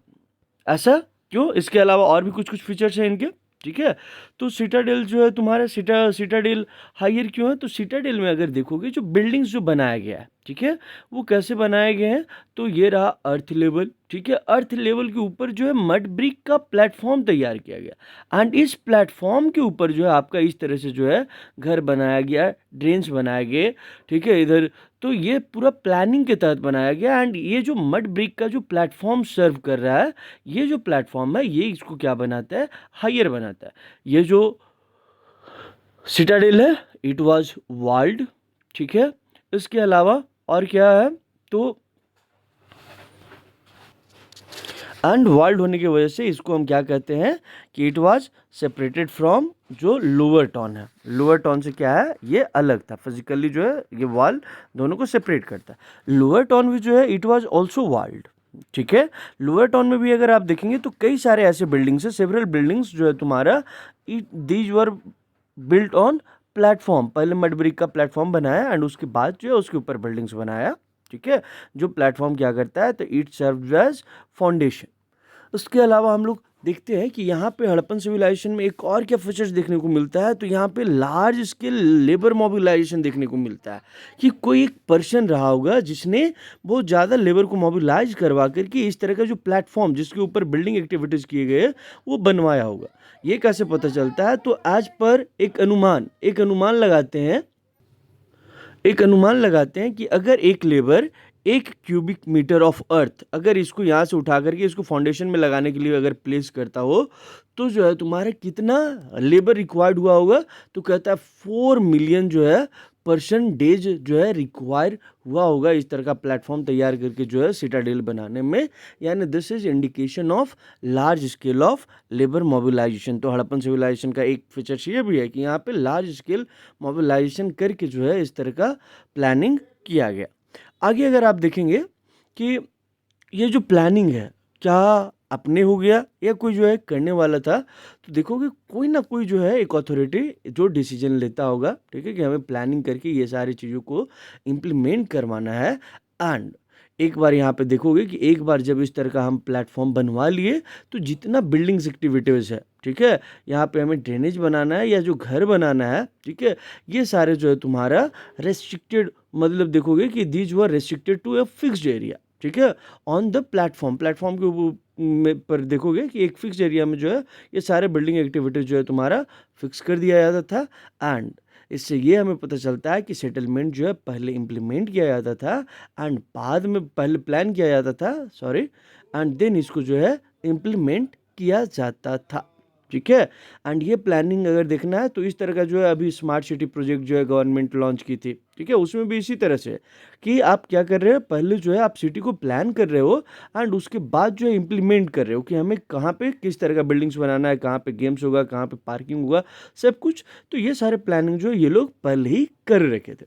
इसके अलावा और प्लानिंग का जो है सेंस कहाँ पे देखने को मिलता है कि large scale labour mobilisation, urbanisation. इसके अलावा जो है कि ये लोग प्लानिंग करते थे। तो ये प्लानिंग अगर आपको देखना है तो यहाँ का ब्रिक देखिए, ब्रिक का अगर आप रेशियो देखेंगे, ठीक है, versus font through out the settlement, यानी पूरे हड़प्पन सिविलाइजेशन में वो बिग ब्रिक हो या अनबिग ब्रिक हो, सबका जो है ब्रिक का जो लेंथ, ब्रेथ एंड हाइट ये जो है आपका कॉमन रहा है। ठीक है, क्या रहा है, तो length was 4 times of its height, ठीक है, breath was 2 times of its height, यानी जो लेंथ, ब्रेथ एंड हाइट का जो रेशियो होगा, ठीक है, वो लेंथ, ब्रेथ, हाइट 4:2:1, यानी हाइट का दुगना क्या है आपका ब्रेथ एंड हाइट का 4 गुना क्या है आपका लेंथ। अब आगे देखते हैं, इसके अलावा और इसका एक यूनिक फीचर है, वो क्या है, ड्रेनेज, लेइंग आउट ड्रेन्स। अगला जो टॉपिक हम लोग पढ़ेंगे वो क्या है, लेइंग आउट ड्रेन्स। अगर हड़प्पन सिटीज़ का सबसे डिस्टिंक्टिव फीचर्स जो देखोगे वो क्या है, केयरफुली प्लान्ड ड्रेनेज सिस्टम। अगर आप लोअर टाउन का प्लानिंग अगर आप देखेंगे तो लोअर टाउन का प्लानिंग आपको बताता है कि road and streets they were laid out, ठीक है, ये जो रोड हो गया मेन रोड एंड इसके साथ जो बहुत सारे स्ट्रीट्स हैं ये जो है तुम्हारा इस तरह से बनाया गया था कि वो एक ग्रिड पैटर्न जो है बना रहा हो एंड अप्रॉक्सीमेट ग्रिड पैटर्न में जो है इसको बनाया हुआ था, जो एक दूसरे को राइट एंगल पे इंटरसेक्ट करता था। उसके बाद देख करके इन स्ट्रीट्स एंड ड्रेन्स को अगर देखोगे, ये रहे स्ट्रीट्स एंड इसके साथ जो बना हुआ ये जो ड्रेन्स है, इसको देख करके ऐसा लगता है कि पहले जो है अर्बन प्लानिंग में स्ट्रीट्स के साथ जो है ड्रेन्स को ये लोग बनाया एंड ड्रेन्स को बनाने के बाद इसके बाद जो बिल्डिंग एक्टिविटीज़ है, जो घर बनाना था, वो स्ट्रीट के किनारे किनारे ये लोग जो है अपना घर बनाया। अगला प्लानिंग ये लोग का था कि घर से जो वेस्ट वाटर है उसको किस में फ्लो करवाना है, तो ड्रेन में फ्लो करवाना है। तो ड्रेन में फ्लो करवाने के लिए क्या करना होगा कि आप जब घर बना रहे हैं तो घर का कम से कम एक वॉल जो है वो स्ट्रीट की तरफ हो, सो दैट कि घर का जो वेस्ट वाटर है वो ड्रेन में फ्लो कर सके। उसके बाद अगर आप सोर्स 2 देखेंगे, सोर्स 2 अगर आप देखेंगे तो उससे पता चलेगा कि जो अर्नस्ट मैके है, अर्नस्ट मैके जो है वो अपना बुक अर्ली इंडियन सिविलाइजेशन, याद रखिएगा उसके बुक का नाम कि अर्नस्ट मैके, उसने बुक लिखा था अर्ली इंडस सिविलाइजेशन। उसमें लिखा है कि it is certainly the most complete ancient system yet as yet discovered, यानी आज तक का जो भी एंशिएंट सिस्टम जो खोजा गया, या इंडस ये जो है क्या बोलते हैं इजिप्शियन सिविलाइजेशन हो, ठीक है, या मेसोपोटामियन सिविलाइजेशन हो या चाइनीज सिविलाइजेशन हो, उन सब में अगर जो सबसे परफेक्ट जो सबसे कंप्लीट सिविलाइजेशन है वो कौन सा सिविलाइजेशन है सबसे परफेक्ट जो है, तो वो आपका इंडस वैली सिविलाइजेशन है। वो बताता है कि हर एक घर जो है वो ड्रेन से कनेक्टेड होता था, ठीक है, ड्रेन जो छोटे छोटे ड्रेन्स है, और ये जब जा कर के मेन ड्रेन से मिलते थे, तो जो मेन ड्रेन्स है वो किससे बना होता था, तो ब्रिक से बना होता था, जिसको जिप्सम मोर्टार के साथ जो है सेट किया जाता था। उसके अलावा अगर आप देखोगे कि ये सब जो मेन ड्रेन है इसको जो है ब्रिक, लूज ब्रिक से कवर किया हुआ रहता था। कवर करने का मोटिव ये होता था कि रेगुलर इंटरवल पे जो सॉलिड वेस्ट इसके थ्रू फ्लो हो रहा है उसको साफ़ करने के लिए हम क्या करेंगे कि यहाँ नीचे एक गड्ढा बना देंगे, ठीक है, सम्प या सेसपिट, एंड ये जो ढका हुआ ढक्कन है, ठीक है, इसको हम क्या करें, रिमूव कर सकें। कई जगह पे ये लूज ब्रिक का बना हुआ था एंड कई जगह पे आप देखेंगे तो ये लाइमस्टोन से कवर्ड होता था। घर का आगे बताता है कि घर का जो पानी वेस्ट वाटर है वो निकलने से पहले क्या होता था, ये सम्प बनाते थे। सम्प यानी ये जो वेस्ट वाटर आ रहा है यहाँ पे सेसपिट या गड्ढा जैसा कुछ बना दिए, सो दैट कि सॉलिड जो वेस्ट है वो यहाँ पे सेटल हो जाए एंड जो वाटर है, वेस्ट वाटर है, वो फ्लो हो जाए। फर्दर कहीं पे भी जो है वाटर जो है ब्लॉकेज नहीं हो, अगर सॉलिड मटेरियल यहीं पे सेटल हो जाएगा तो ये लोग बहुत परफेक्ट तरीके से जो है ड्रेनेज सिस्टम बनाने का काम किए थे। आगे देखोगे कि ये लोग रेगुलर इंटरवल पे जो ड्रेनेज था उसमें जो है क्लीनिंग करने का काम करते थे, जो कवर्ड था उसको हटा करके। लेकिन ये एक्सेप्शन देखने को मिलता है कई जगह पे। अगर देखोगे सैंड का डेब्रिज मिला है कि यहाँ से हमने जो सॉलिड मटेरियल सेटल हो गया था उसको हटाया एंड यहाँ पे रखा एंड इसको जो है प्रॉपरली क्लीन नहीं किया गया। कुछ जगह पे जो है ये सैंड का जो डेब्रिज है वो देखने को मिल जाता है। ये ड्रेनेज सिस्टम का एक और फीचर है कि ड्रेनेज सिस्टम अगर आप देखेंगे तो ये सिर्फ अर्बन एरिया तक ही जो है लिमिटेड नहीं था या सिटीज़ तक ही लिमिटेड नहीं था, बल्कि ये अगर आप देखोगे तो रूरल एरियाज़ में भी जो है ड्रेनेज सिस्टम जो है प्रेवलेंट था। जैसे कि लोथल के केस में देखेंगे कि वहाँ पे अगर हाउसेज जो है वो भले ही अनबेक्ड ब्रिक से बनाया हुआ था, लेकिन जो ड्रेन्स है वो बर्न्ट ब्रिक से बनाया हुआ था। अगला जो टॉपिक हमें स्टार्ट करना है वो क्या है, तो अगला टॉपिक है डोमेस्टिक आर्किटेक्चर। डोमेस्टिक आर्किटेक्चर, तो अगर डोमेस्टिक आर्किटेक्चर का जैसे प्लानिंग हमें देखना है तो जो लोअर टाउन है वो बेस्ट एग्जांपल प्रोवाइड करता है डोमेस्टिक आर्किटेक्चर का, या जो रेसिडेंशियल बिल्डिंग है उसका बेस्ट एग्जांपल हम देख सकते हैं लोअर टाउन में। जो घर बना हुआ है, ठीक है, बहुत सारे जो घर बने हुए थे they were centred around the courtyard, यानी ये रहा आपका कोर्टयार्ड। कोर्टयार्ड के चारों तरफ जो है वॉल बना हुआ है एंड इन वॉल्स में जो है तुम्हारा अलग अलग जो है आपका रूम बना हुआ है, यानी इस तरह का जो है इनका डोमेस्टिक आर्किटेक्चर रहा है। स्पेशली ये जो कोर्टयार्ड है, कोर्टयार्ड के चारों तरफ जो रूम बना होता था, कोर्टयार्ड जो है कहता है कि कई बार जो है हॉट एंड ड्राई सीजन में देखोगे कि अलग अलग पर्पसेस कोर्टयार्ड को यूज़ करते थे। किसके लिए, तो ये लोग कुकिंग एंड विविंग के लिए जो है हॉट एंड ड्राई सीजन में जो है कोर्टयार्ड यूज करते थे। They were very much concerned about their privacy, अपने प्राइवेसी को लेकर के जब डोमेस्टिक आर्किटेक्चर बना रहे हैं तो अपने प्राइवेसी को लेकर के बहुत ज़्यादा कंसर्न रहते थे। एंड इसीलिए देखोगे कि जो ग्राउंड लेवल पे जो घर जो रूम है या जो वॉल है उसमें किसी भी तरह का कोई विंडो नहीं है। साथ ही साथ कि अगर घर का मेन इंट्रेंस यहाँ पे है, अगर ये रहा घर का मेन इंट्रेंस, तो यहाँ से सामने से आपको कुछ नहीं देखेगा। First you will have to turn left और राइट। अगर आप कहीं टर्न करेंगे उसके बाद आगे जाते हैं तब आपको जो है कि घर के इनसाइड क्या हो रहा है उस एक्टिविटीज़ का व्यू मिलेगा। यानी कि जो एंट्रेंस है किसी भी तरह से इंटीरियर या कोर्टयार्ड का कोई डायरेक्ट व्यू नहीं देता था। इसके साथ आगे हर एक घर में अगर आप देखेंगे तो बाथरूम बना हुआ था एंड ये बाथरूम किससे बना हुआ था, ब्रिक से बना हुआ था। जो किससे कनेक्टेड था, तो जो स्ट्रीट ड्रेन है उससे कनेक्टेड था कि जो बाथरूम का वेस्ट वाटर है वो ड्रेन के थ्रू जो है स्ट्रीट ड्रेन में चला जाए। इसके अलावा अगर आप देखेंगे तो कई हाउसेस ऐसे हैं जिनमें हमें स्टेयर केस का एविडेंस मिलता है। स्टेयर केस या तो हम रूफ पे जाने के लिए यूज़ करते हैं या सेकेंड स्टोरी तक पहुंचने का हम कोशिश करते हैं, यानी यहाँ पे जो है 2 स्टोरी बिल्डिंग्स भी होता था, इस बात का हमें एविडेंस मिलता है। इसके अलावा अगर आप देखेंगे तो बहुत सारे घरों से वेल्स का एविडेंस मिला है। वेल्स जो जनरली जो है इस तरह जो कुआं होता था, ठीक है, ये कुआं सेंटर्ड अराउंड अ रूम इसके चारों तरफ रूम बना होता था एंड इसका जो ओपनिंग होता था या एंट्रेंस जो होता था वो बाहर की तरफ से होता था। बाहर की तरफ से गेट बनाने का क्या मोटिव है, तो बाहर की तरफ से मोटिव बनाने का ये रहा होगा कि जो पासर्स बाय हैं जो यहाँ से जो है आ जा रहा है वो क्या कर सके कि ये पानी को यूज़ कर सके, वो ड्रिंकिंग पर्पज़ के लिए एंड अदर पर्पसेस के लिए जो है यूज़ कर सके। एंड आगे जो है अप्रॉक्सीमेटली अगर आप देखेंगे तो मोहनजोदाड़ो में जो है 700 वेल्स कुआं का जो है हमें एविडेंस मिलता है।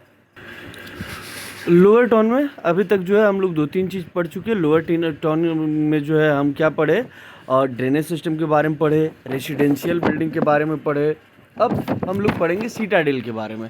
सीटाडेल में जो है क्या है कि आगे हम लोग पढ़ेंगे द सीटाडेल के बारे में।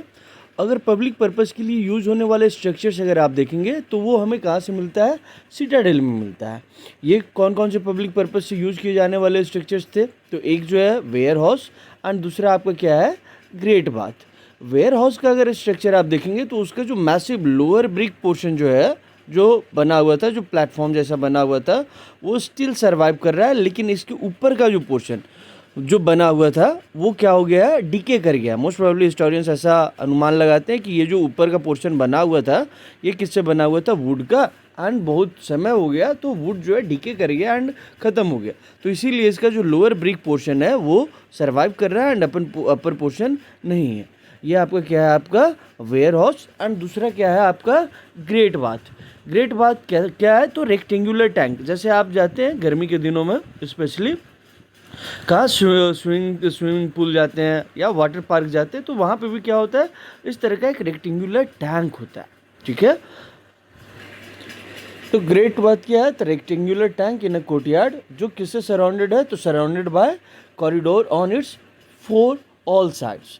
यहाँ पे कहता है कि जाने आने के लिए क्या है, 2 फ्लाइट्स ऑफ स्टेप्स है। ये 2 स्टेप्स कहाँ कहाँ पे है, तो एक जो है आपका नॉर्थ डायरेक्शन में ये, ठीक है, एंड दूसरा जो है फ्रॉम साउथ डायरेक्शन। ये आप किस लिए बना हुआ है, तो लीडिंग इनटू वाटर, यानी जो टैंक तक जो है ले जाने के लिए क्या हमने बनाया है, 2 स्टेप्स ऑफ फ्लाइट्स। आगे अगर देखोगे कि इस वाटर टैंक को वाटर टाइट बनाने के लिए कैसे बनाया गया है, तो इसका जो एज है कॉर्नर पे, इसको जो है ब्रिक से टाइट किया हुआ है बाय सेटिंग ब्रिक्स, ठीक है, यूजिंग, ठीक है, मोर्टार ऑफ जिप्सम, यानी जिप्सम का प्लास्टर यूज करके जो है ब्रिक को सेट करके जो है उसको वाटर टाइट बनाया गया है। इसके 3 साइड पे जो है रूम बना हुआ है। ये जो रूम है इसमें एक रूम में देखोगे तो बड़ा सा वेल बना हुआ है, बड़ा सा कुआं बना हुआ है, जहाँ से इसमें पानी भरा जाता था। इसमें पानी भरने के लिए जो इसी कुआं का यूज़ किया जाता था। इस टैंक का वाटर जो है एक ह्यूज ड्रेन में जो है फ्लो करता था। आगे देखोगे अक्रॉस ए लेन नॉर्थ साइड में क्या बना हुआ है, एक छोटा सा जो है स्मॉलर बिल्डिंग है, जिसमें कितने 8 रूम्स बना हुआ है दोनों साइड में। बीच में क्या है, ड्रेन्स है, 4 रूम दोनों साइड बना हुआ है, बीच में क्या है, ड्रेन्स है, ठीक है। एंड ये जो ड्रेन्स है ये हर एक बाथरूम से जो है कनेक्टेड है, यानी 8 बाथरूम एंड 8 बाथरूम जो है ड्रेन से कनेक्टेड है, जो कॉरिडोर के किनारे किनारे जा रहा है। एंड जिस कॉन्टेक्स्ट में ये सिटाडेल मिला है, ठीक है, तो इसका purpose we are not sure, लेकिन जिस कॉन्टेक्स्ट में ये मिला है वो देख करके ये लगता है कि ये जो है किसी रिचुअल बात के लिए जो है यूज़ किया जाता रहा होगा।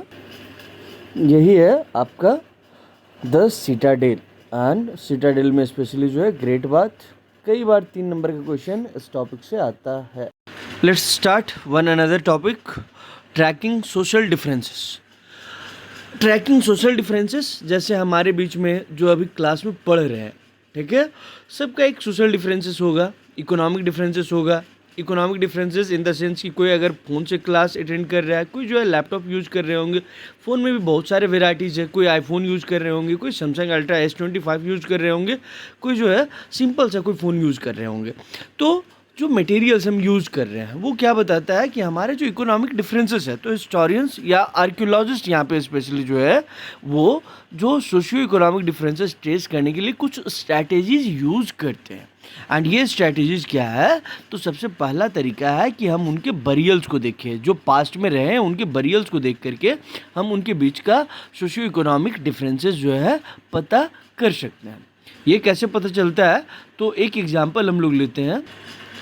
अगर आप इजिप्ट का पिरामिड को देखेंगे, ठीक है, इजिप्ट का पिरामिड जो बना हुआ है, अगर आप उसको देखेंगे तो उसको देख करके वहाँ पे क्या पता चलता है कि इजिप्शियन सिविलाइजेशन जो है किसके कंटेम्प्रेरी रहे, तो वो they were the contemporaries of Harappan civilization. वहाँ पे जो रॉयल बरियल्स है, रॉयल बरियल्स के साथ अगर आप देखोगे तो बहुत सारे जो है इनॉर्मस क्वांटिटी ऑफ वेल्थ जो है ये लोग बरी किया हुआ है। तो एक नॉर्मल बरियल्स हम देख रहे हैं जहाँ पे अगर कुछ गुड्स हमें मिला हुआ है, लोग आफ्टर लाइफ में बिलीव करते थे, तो ये लोग ऑब्जेक्ट्स बरी करते थे। एक से हमें क्या मिल रहा है, इस तरह का नॉर्मल पॉटरी बना हुआ मिल रहा है, ठीक है। दूसरे से हमें क्या मिल रहा है, गोल्ड के जो है बहुत सारे ऑर्नामेंट्स मिल रहे हैं, या सिल्वर मिल रहा है, या प्रेशियस स्टोन मिल रहा है। तो ये क्या बताता है कि ये जो बरियल है इसका जो सोशियो इकोनॉमिक क्लास होगा वो हाइयर होगा, इसका जो है इकोनॉमिक स्टेटस जो है थोड़ा लोअर रहा होगा। तो एक तरीका है कि हम जो उनके बरियल्स हैं उसको देखें, एंड बरियल्स में जो है ये लोग क्या जो है बरी करते थे उन ऑब्जेक्ट्स को देखें। अगर हड़प्पन्स का बरियल साइड देखोगे तो ये जो है दे यूज टू बरी जो डेड है उसको जो है जनरली उसको एक पीठ में जो है ये लोग जो है लिटा देते थे, पीठ में लिटा दिए। ये किसके डायरेक्शन में होता था, तो नॉर्थ साउथ, नॉर्थ की साइड हेड एंड साउथ की साइड क्या होता था, उनका लेग होता था। लेकिन इनमें भी क्या है, एक वेरिएशन देखने को मिलता है। क्या वेरिएशन, कि एक जो नॉर्मल सा जो है इस तरह से हमने बना दिया, ठीक है, हॉलो डॉट स्पेस जो है ये जो पीठ बना दिया। दूसरा कई बार ऐसा देखने को मिला है कि कई बार जो है इसके चारों तरफ जो है ब्रिक सेट किया जाता था। तो क्या ये सोशल डिफरेंसेस का इंडिकेशन है, तो वी आर नॉट श्योर। कुछ ब्रिक में कुछ जो पीठ है, उसमें आपको क्या देखने को मिलता है? तो ये लोग जो पॉटरी या जो ग्रेव्स है उसमें क्या मिल रहा है? पॉटरी मिल रहा है, ऑर्नामेंट्स मिल रहा है। ये क्या इंडिकेट कर रहा है कि ये ऑब्जेक्ट्स इनके साथ जो बरी किया जा रहा है, ये आफ्टर लाइफ ये लोग यूज करेगा, यानी ये लोग जो है अगले जन्म में विश्वास करते थे। कुछ बरियल्स में देखोगे जो मेन एंड वुमेन दोनों का बरियल्स है, दोनों के बरियल्स में जो है आपको ऑर्नामेंट्स या ज्वेलरी देखने को मिलता है। ठीक है, हड़प्पा में एक बरियल्स जो है मिड 1980s में एक बरियल जो है, ठीक है, बरी किया, ये मतलब जो है एक्सकेवेट किया गया, एंड वहाँ पे अगर आप देखोगे तो ऑर्नामेंट मिला है, ठीक है, कंसिस्टिंग ऑफ 3 सेल रिंग्स, जैस्पर्स, जो जैस्पर क्या है, एक semi kind of semi precious stone है, ठीक है, जैस्पर का बीड मिला है, 100 ऑफ मैक्रो बीड्स मिला है, ठीक है, एक मेल के स्केल के सामने। आगे कहता है कि 1985 के टाइम में, यानी मिड 1980s में, और हड़प्पा में एक्सकेवेशन हुआ एक सीमेंट्री का, वहाँ पे हमें क्या मिला है? एक ऑर्नामेंट मिला है जो 3 सेल रिंग्स, एक जैस्पर बीड एंड बहुत सारे जो है स्मॉल स्मॉल मैक्रो बीड्स का बना हुआ एक ऑर्नामेंट एक मेल स्कल के सामने मिला है। उसी में एक देखोगे कि एक जो है, कई बरियल्स में देखोगे कि बरियल्स के साथ जो है कॉपर मिरर मिला है, ठीक है। लेकिन अगर ओवरऑल आप देखेंगे तो ये आपको समझ में आएगा कि हड़प्पन जो है प्रीशियस चीज़ को बरी करने में जो है बिलीव नहीं करते थे। जैसा कि हम लोग देखें कि इजिप्शियन जो है वहाँ पे मैसिव पिरामिड में बहुत सारे इनॉर्मस वेल्थ जो है डेड के साथ ये लोग बरी करते थे, लेकिन हड़प्पन उसमें जो है विश्वास नहीं करते थे। ये एक तरीका था कि अब बरियल्स देख करके आप socio economic difference find out करें। दूसरा तरीका है कि लुकिंग फॉर लग्जरीज,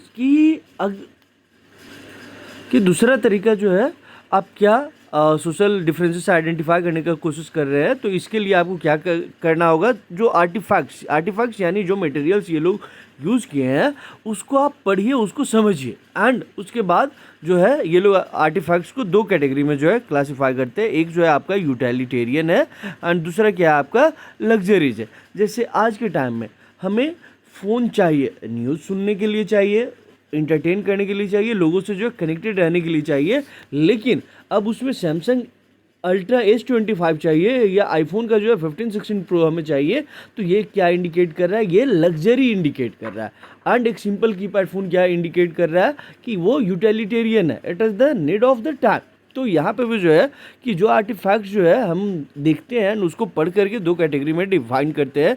एक यूटिलिटेरियन यानी वैसे आर्टिफैक्ट्स जो लोकल मटेरियल जैसे क्ले, स्टोन, ठीक है, ये सब जगह अवेलेबल है, उससे बना हुआ, एंड इसको बनाने में जो है सिंपल टेक्नोलॉजी यूज़ हुआ हो, बहुत ज़्यादा इसमें मेहनत नहीं करना हुआ। जैसे कि एग्जांपल देखोगे क्वेर्न, पॉटरी, ठीक है, ये सब हर एक जगह पे इजीली अवेलेबल भी है एंड सारे घरों से मिला हुआ है, ठीक है। वेदर ये अगर आप देखोगे कि बड़े सिटीज़ जैसे मोहनजोदाड़ो, हड़प्पा हो या छोटे शहर लोथल जैसे जगह पे, ये सारी जगह पे मिलते हैं। तो अगर ऐसे ऑब्जेक्ट्स हैं तो ये क्या है? आपका यूटिलिटेरियन है। दूसरा क्या कैटेगरी है? दूसरा कैटेगरी है आपका लग्जरीज का। अगर आप लग्जरीज देखेंगे तो ये वो मटेरियल से बने हैं जो रेयर या नॉन लोकल मटेरियल है, जिसको हम बाहर से मंगवा रहे हैं एंड जिसको बनाने के लिए हमें कॉम्प्लेक्स टेक्नोलॉजी यूज़ करना पड़ रहा है। उसको हम क्या कहते हैं कि ये क्या है? लग्जरीज का सिंबल है। जैसे एक देखोगे फयांस का पॉट अगर आप देखोगे तो ये किससे बनता था? तो it was made up of ground sand या सिलिका। इसको जो है कलर के साथ मिक्स करते थे, ठीक है, एंड गम के साथ मिक्स करने के बाद इसको जो है पकाते थे फायर करने के बाद, एंड उसके बाद जो है ये यूज़ किया जाता था। स्पेशली इसको यूज़ करते थे किस लिए? तो जो परफ्यूम बॉटल्स के फॉर्म में जो है इसको यूज़ करते थे। तो जो फ्रांस का पॉट है वो लग्जरीज का सिंबल है, लेकिन कहता है कई बार सिचुएशन जो है कॉम्प्लिकेटेड हो जाता है। कॉम्प्लिकेटेड कब होता है? जब आप स्पिंडल होल्ड जिससे कपड़ा जो है सिलने के लिए इस तरह का जो है यूज़ करते हैं। तो ये किससे बना हुआ है? फ्रांस से बना हुआ है। फ्रांस हम क्या देखिए बनाने का टेक्नोलॉजी क्या है? कॉम्प्लिकेटेड है। सिलिका को जो है कलर एंड गम के साथ मिक्स करते हैं, फायर करते हैं, ठीक है। तो ये क्या लगता है? प्रीशियस लगता है, इसीलिए परफ्यूम कैरी करने के लिए यूज होता था। लेकिन इससे बना हुआ जो स्पिंडल होल्ड है वो हर एक घर में जो है रेगुलर यूज होता है, एंड इसको देख करके हमें ऐसा लगता है कि ये लग्जरियस था या यूटिलिटेरियन था। We are not sure. अब इस तरह का जो लग्जरियस आइटम्स है इसका अगर हम डिस्ट्रीब्यूशन देखेंगे तो ये डिस्ट्रीब्यूशन हमें दिखता है कि लार्ज सेटलमेंट जैसे हड़प्पा एंड मोहनजोदाड़ो जैसे शहर में हमें देखने को मिलता है, ठीक है, स्मॉल सेटलमेंट्स में इस तरह का जो है ऑब्जेक्ट्स रेयरली देखने को मिलता है। इवन गोल्ड देखोगे तो गोल्ड जो है कहाँ पे मिलता है, तो होड़ में मिलता है। होड़ में, ये भी होड़ में रखा हुआ मिलता है गोल्ड। गोल्ड भी जो है हड़प्पा एंड मोहनजोदाड़ो जैसे बड़े ही शहरों में देखने को मिलता है। अब होड़ क्या होता है, तो केयरफुली देखोगे कि पहले जो है लोग जो गोल्ड एंड सिल्वर जो होता था उसको इस तरह का पॉटरी में जो है बंद करके ज़मीन के अंदर जो है रख देता था, तो इसी को हम होड़ बोलते हैं। तो ये सारे भी जो है जो लार्ज सेटलमेंट्स है वहीं से देखने को मिलता है। अगला शुरू करते हैं एक अगला topic, fifth, finding out about craft production. Craft production, कुछ ऐसे हड़प्पन सिविलाइजेशन में कुछ ऐसे सेटलमेंट्स थे जो एक्सक्लूसिवली डिवोटेड थे किसके लिए, क्राफ्ट प्रोडक्शन के लिए। वहाँ पे क्राफ्ट प्रोडक्शन का काम चलता था, जैसे bead making, shell cutting, metal working. तो इसके बारे में थोड़ा सा पढ़ते हैं। कहता है इस तरह का जो क्राफ्ट प्रोडक्शन होते रहा है उसके लिए एक सेंटर फेमस रहा है। वो कौन सा सेंटर है, वो है चान्हुदाड़ो। चान्हुदाड़ो एक टाइनी सेटलमेंट जिसका एरिया 7 हेक्टेयर्स है। अगर इसका कंपैरिजन आप मोहनजोदाड़ो से करेंगे तो मोहनजोदाड़ो का एरिया जो है 125 हेक्टेयर्स रहा है, एंड उसके कंपैरिजन में एक बहुत स्मॉल सेटलमेंट जिसका 7 हेक्टेयर्स एरिया रहा है। And this centre was devoted to craft production. यहाँ पे क्राफ्ट प्रोडक्शन के लिए ये फेमस रहा है। जैसे आज कुछ शहर जो है, जैसे बनारसी सिल्क साड़ी के लिए फेमस है, ठीक है, वैसे ही ये सेंटर जो रहा है चान्हुदाड़ो किसके लिए फेमस रहा है, तो बीड मेकिंग के लिए, शेल कटिंग के लिए, मेटल वर्किंग के लिए, सील मेकिंग के लिए, वेट मेकिंग के लिए, ये सारे काम यहाँ पर होते रहे हैं। इसके अलावा आप और देखेंगे कि अगर ये सारे कुछ हो रहा है, जैसे हम बीड मेकिंग का बात करें तो बीड, ठीक है, इस तरह का जो होता है, जो गर्ल्स जो है इस तरह से, ठीक है, बीड बना करके इसको जो है एक गार्लैंड या माला जैसे आप बना करके इसको पहन सकते हैं, तो या ऑर्नामेंट बनाने में का। तो कहता है ये जो बीड बन रहा है वो कौन कौन से मटेरियल से बनता था, तो बीड बनाने के लिए वेराइटीज ऑफ मटेरियल्स यूज किए जाते थे। पहला स्टोन यूज किया जाता था। स्टोन में कार्नेलियन जो है रेड कलर का सेमी प्रेशियस स्टोन है। उसके अलावा कौन से stone, jasper, crystal, quartz, steatite, ये सारे स्टोन यूज हो रहे हैं। इसके अलावा मेटल्स यूज हो रहे हैं। मेटल्स में कौन कौन से मेटल यूज हो रहे हैं, तो कॉपर, ब्रॉन्ज, गोल्ड। इसके अलावा और भी कुछ मटेरियल्स यूज हो रहे हैं। उसमें क्या, शेल, फयांस के बारे में आप पहले ही पढ़ लिए पिछले टॉपिक में। एंड इसके अलावा टेराकोटा और बर्न्ट क्ले, इन सबको यूज करके जो है बीड बनाया जाता था। एंड बीड का अगर आप शेप देखेंगे कौन कौन सा शेप में होता था, तो बीड कहता है कि वेराइटीज ऑफ शेप होता था, ठीक है। एक कोई सिलेंड्रिकल शेप में बना दिया, कोई स्फेरिकल शेप में बना दिया, कोई बैरल शेप में बना दिया, कोई जो है सेगमेंटेड है यानी एक दूसरे से जुड़ा हुआ है। इस तरह का जो है आपका शेप देखने को मिलता है। कुछ बीड को जो है कैसे बनाया जाता था, तो दो स्टोन्स को जो है तुम्हारा देवर सीमेंटेड टुगेदर, इस तरह से बना देते थे। या कुछ जो ऐसा होता था कि some of the bead were made up of stone से बना होता था but with a gold cap, ठीक है। तो ये सारे फीचर्स रहे हैं इसका, किसका, तो बीड मेकिंग का। उसके आगे हम लोग बढ़ते हैं तो हम लोग देखते हैं कि कैसे हम लोग जो है बीड को सजाते हैं, कैसे डेकोरेट करते हैं। तो कहता है सम बीड्स वर डेकोरेटेड बाय इंसाइजिंग, उनके ऊपर कोई पिक्चर या इस तरह बना करके या उनके ऊपर जो है पेंटिंग बना करके, एंड कुछ के ऊपर जो है डिजाइन बना करके जो है उनको डेकोरेट किया जाता था।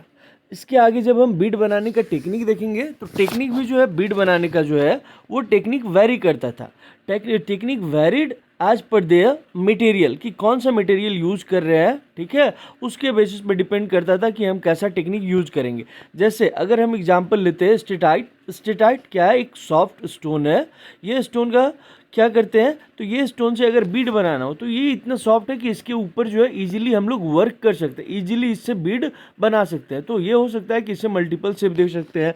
या फिर कई बार ऐसा होता था कि इसका जो स्टेटाइट है इसका क्या करते थे हम लोग, पाउडर बना देते थे। अब पाउडर का क्या बना दिए, तो पाउडर का जो है पेस्ट बना करके, पेस्ट से जो है आप कोई भी शेप का जो है आप बीड बना सकते थे। तो स्टेटाइट का जो है बहुत माइक्रो बीड होता था। आज भी हिस्टोरियंस या आर्कियोलॉजिस्ट के लिए पजल है कि ये इतना माइक्रो बीड्स बनाते कैसे थे उस टाइम पीरियड में, ठीक है। तो ये एक टेक्निक रहा है कि अगर आपका मटेरियल जो है सॉफ्ट है तो आप जो है उसको ईजिली उससे बीड बना सकते हो। उसका पाउडर बना करके उसके पाउडर को पेस्ट बना करके जो है आप कोई भी शेप में उसको मोल्ड कर सकते हो। एंड दूसरा तरीका क्या रहा है कि दूसरा केस अगर आप देखेंगे कि अगर वो हार्ड स्टोन है, हार्ड स्टोन के केस में जो है आप उसको मोल्ड नहीं कर सकते या फिर उसको जो शेप चाहे वो शेप नहीं दे सकते, तो क्या बनाते थे, तो जियोमेट्रिकल शेप में जो है लोग बीड बना देते थे। तो उसके कंपैरिजन में अगर सॉफ्ट स्टोन है तो उससे मल्टीपल शेप जो है हम क्रिएट कर सकते हैं, उसका पेस्ट बना करके जो है बहुत सारे शेप में डाल सकते हैं। एंड इसी का एक जो है एडवांटेज था कि बहुत सारे जो है ये लोग माइक्रो बीड्स बनाया था। आगे दिया हुआ है कि स्टोन अगर हार्ड स्टोन है तो उसको बनाने का जो है टेक्निक, इससे पहले कुछ और बताया है कि जो कार्नेलियन के बारे में बताया ना कि ये रेड कलर का जो एक स्टोन होता है, इसका रेड कलर कहाँ से आता था, तो आर्कियोलॉजिस्ट का एक्सपेरिमेंट बताता है कि कार्नेलियन को फायर किया जाता था, आग पे पकाया जाता था, ठीक है, एंड उसका जो रॉ मटेरियल कैसा होता था, ये येलोविश होता था, येलोविश से इसको जो है रेड में कन्वर्ट करते थे। तो कैसे, तो बाय फायरिंग, इसको जो है जला करके, जब इससे अलग अलग स्टेज पे जो बीड बना रहे हैं, अलग अलग स्टेज पे जो है इसको फायर करते गए, एंड इससे जो है इसका जो रेड कलर हुआ वो देखने को मिलता है। इसके अलावा देखोगे कि जो हार्ड स्टोन है या जो नोड्यूल्स है, इनको जो है, ये रहा एक नोड्यूल्स एंड एक नोड्यूल्स आपका ये रहा एंड एक नोड्यूल्स ये रहा। ये दोनों को जो है रफ शेप में पहले फ्लेकिंग किया जाता था, यानी काट करके एक रफ शेप कि किस शेप में हमको बीड बनाना है। उसके बाद इसको जो है बहुत फाइन तरीके से जो है तैयार किया जाता था, फाइन तरीके से इसको जो है फ्लेक किया जाता था, एंड उसके बाद इसका जो फाइनल शेप आता था वो जा कर के आपका तैयार होता था। ये इसमें जो है कौन कौन सा स्टेज होता था कि इसको जब फाइनल शेप हम दे रहे हैं, कि नोड्यूल्स को पहले रफ शेप में जो है हम चिप किए, ठीक है, यानी इसको तोड़े, उसके बाद जो है इसको फाइनल फॉर्म में ले जाने के लिए कौन कौन सा प्रोसेस होता था, तो कहता है इसके लिए ग्राइंडिंग होता था, पॉलिशिंग होता था, ड्रिलिंग होता था। ये सब के थ्रू जो है आपका फाइनल शेप में इसको तैयार किया जाता था, एंड एक बार जब तैयार हो गया तब उसके बाद जो है इसको जो अदर सिटीज़ हैं वहाँ तक ले जाया जाता था। ये जो ड्रिलिंग्स का प्रोसेस है, ड्रिलिंग्स के लिए कुछ स्पेशलाइज्ड सेंटर्स रहे थे, ठीक है, वो कौन कौन से सेंटर्स है, तो अगर आप देखेंगे तो चान्हू दाड़ो, लोथल, ठीक है, लोथल के अलावा धौलावीरा, ये यहाँ पे गलत हो गया, धौलावीरा जो है, ये सारे सेंटर्स ऑफ क्राफ्ट प्रोडक्शन रहे। एंड ये जो 3 सेंटर्स बताए, चान्हू दाड़ो, लोथल एंड धौलावीरा जो है, ये किसके लिए फेमस रहे हैं, तो ये ड्रिलिंग के लिए फेमस रहे हैं। तो अभी आप पढ़े चान्हू दाड़ो के बारे में। चान्हू दाड़ो के अलावा और भी सेंटर्स ऑफ क्राफ्ट प्रोडक्शन रहे हैं, उसमें अगर आप देखेंगे तो एक सेंटर ऑफ क्राफ्ट प्रोडक्शन है आपका नागेश्वर, ठीक है, दूसरा है आपका बालाकोट। ये दोनों भी जो है किसके लिए फेमस रहा है, तो ये दोनों जो है शेल ऑब्जेक्ट के लिए फेमस रहा है। अगर इनका लोकेशन अगर आप लोकेट करेंगे तो ये जो है आपको कहाँ देखने को मिलेंगे, तो दोनों कोस्टल एरिया में लोकेटेड, ठीक है, तो दोनों कोस्टल एरिया में लोकेटेड होने की वजह से यहाँ पे क्या है कि शेल इजीली अवेलेबल था, एंड इसीलिए ये दोनों जो सेंटर है वो शेल ऑब्जेक्ट्स के लिए जो है फेमस रहा है। शेल से ये लोग क्या बनाते थे, तो बैंगल्स बनाते थे, बैंगल्स के अलावा लैडर्स, इनलेज, ये सब ये लोग बनाते थे। एंड बनाने के बाद ये सारे प्रोडक्ट्स को जो बड़े सेंटर्स थे, बड़े सेटलमेंट्स, जैसे हम देखिए हड़प्पा, ठीक है, मोहनजोदाड़ो, इन सारे सेंटर्स में जो है मोस्ट प्रोबेबली इनको ले जाया जाता था। तो 3 सेंटर्स ऑफ क्राफ्ट प्रोडक्शन पढ़े, पहला आपने पढ़ा चान्हू दाड़ो, दूसरा आपने पढ़ा नागेश्वर, तीसरा पढ़ा बालाकोट, एंड ड्रिलिंग के लिए जो है जो स्पेशलाइज्ड सेंटर थे वो थे चान्हू दाड़ो, लोथल एंड धौलावीरा। अब आगे हम लोग फाइंड आउट करने की कोशिश करेंगे कि identifying centres of craft production, कि अगर हम क्राफ्ट प्रोडक्शन के बारे में अगर हमने पढ़ लिया तो ये कैसे हमें पता चलता है कि भाई ये पर्टिकुलर प्लेस, जैसे चान्हू दाड़ो अगर हम ले रहे हैं तो चान्हू दाड़ो कैसे जो है हम कह सकते हैं कि ये सेंटर ऑफ क्राफ्ट प्रोडक्शन रहा है, या फिर नागेश्वर, बालाकोट, ये sub centre of craft production कैसे रहे हैं। तो इसको आइडेंटिफाई करने के लिए जो है आर्कियोलॉजिस्ट जो है कुछ स्ट्रैटेजीज डेवलप करते हैं, ठीक है। इसमें क्या क्या स्ट्रैटेजीज है, तो पहला स्ट्रैटेजीज है आपका, तो क्या तरीका है कि पहला they use to look at raw material में जैसे स्टोन नोड्यूल्स हो गया, होल शेल हो गया, कॉपर ओर हो गया, टूल्स हो गया, अनफिनिश्ड ऑब्जेक्ट्स हो गया, रिजेक्टेड एंड वेस्ट मटेरियल। ये सारे इंडिकेटर है किसके, कि अगर ये सारे एक जगह पे मिल रहे हैं, जहाँ पे मिल रहा है वो सेंटर ऑफ क्राफ्ट प्रोडक्शन रहा। एंड स्पेशली इसमें देखोगे कि जो वेस्ट है, waste is the best indicator of craft work. कैसे, तो अगर आप एक स्टोन लेते हो या एक शेल लेते हो, इससे आपने कोई ऑब्जेक्ट बनाया, इस तरह का ऑब्जेक्ट बनाया, तो जो बाकी का ऊपर वाला जो रिमेनिंग पोर्शन है, इधर वाला जो रिमेनिंग पोर्शन है, ये जो पीसेस है, इसको आप क्या करेंगे, डिस्कार्ड करेंगे एंड कहाँ पे जो तो प्रोडक्शन प्लेस ऑफ प्रोडक्शन जहाँ पे है वहाँ पे आसपास में जो क्या करेंगे, इसको डंप करेंगे। तो जो वेस्ट मटेरियल मिलता है वो इंडिकेटर है कि यहाँ पे जो है आपका सेंटर ऑफ क्राफ्ट प्रोडक्शन रहा। कई बार अगर स्टोन से जो है बड़ा स्टोन था, उससे एक छोटा ऑब्जेक्ट बनाए एंड जो चिप बच गए या जो पीसेस बच गए, इसका यूज करके हम और भी छोटा ऑब्जेक्ट्स बना सकते हैं। लेकिन फाइनली जो रफ पीसेस होगा, वो जो चिप्ड होगा, वो सब कहाँ पे, तो आसपास का नियर बाय रीजन में जो है हम फेंक देते हैं। ठीक है, तो जो लार्जर पीस रहा उससे हम क्या है, छोटा ऑब्जेक्ट बना करके एंड जो रिमेनिंग जो स्मॉलर ऑब्जेक्ट्स है, ठीक है, या स्मॉलर जो तुम्हारा वेस्ट पीसेस है, इसको हम क्या करते हैं, फेंक देते हैं, जिसको हम क्या बोलते हैं, मिन्स्क्यूल।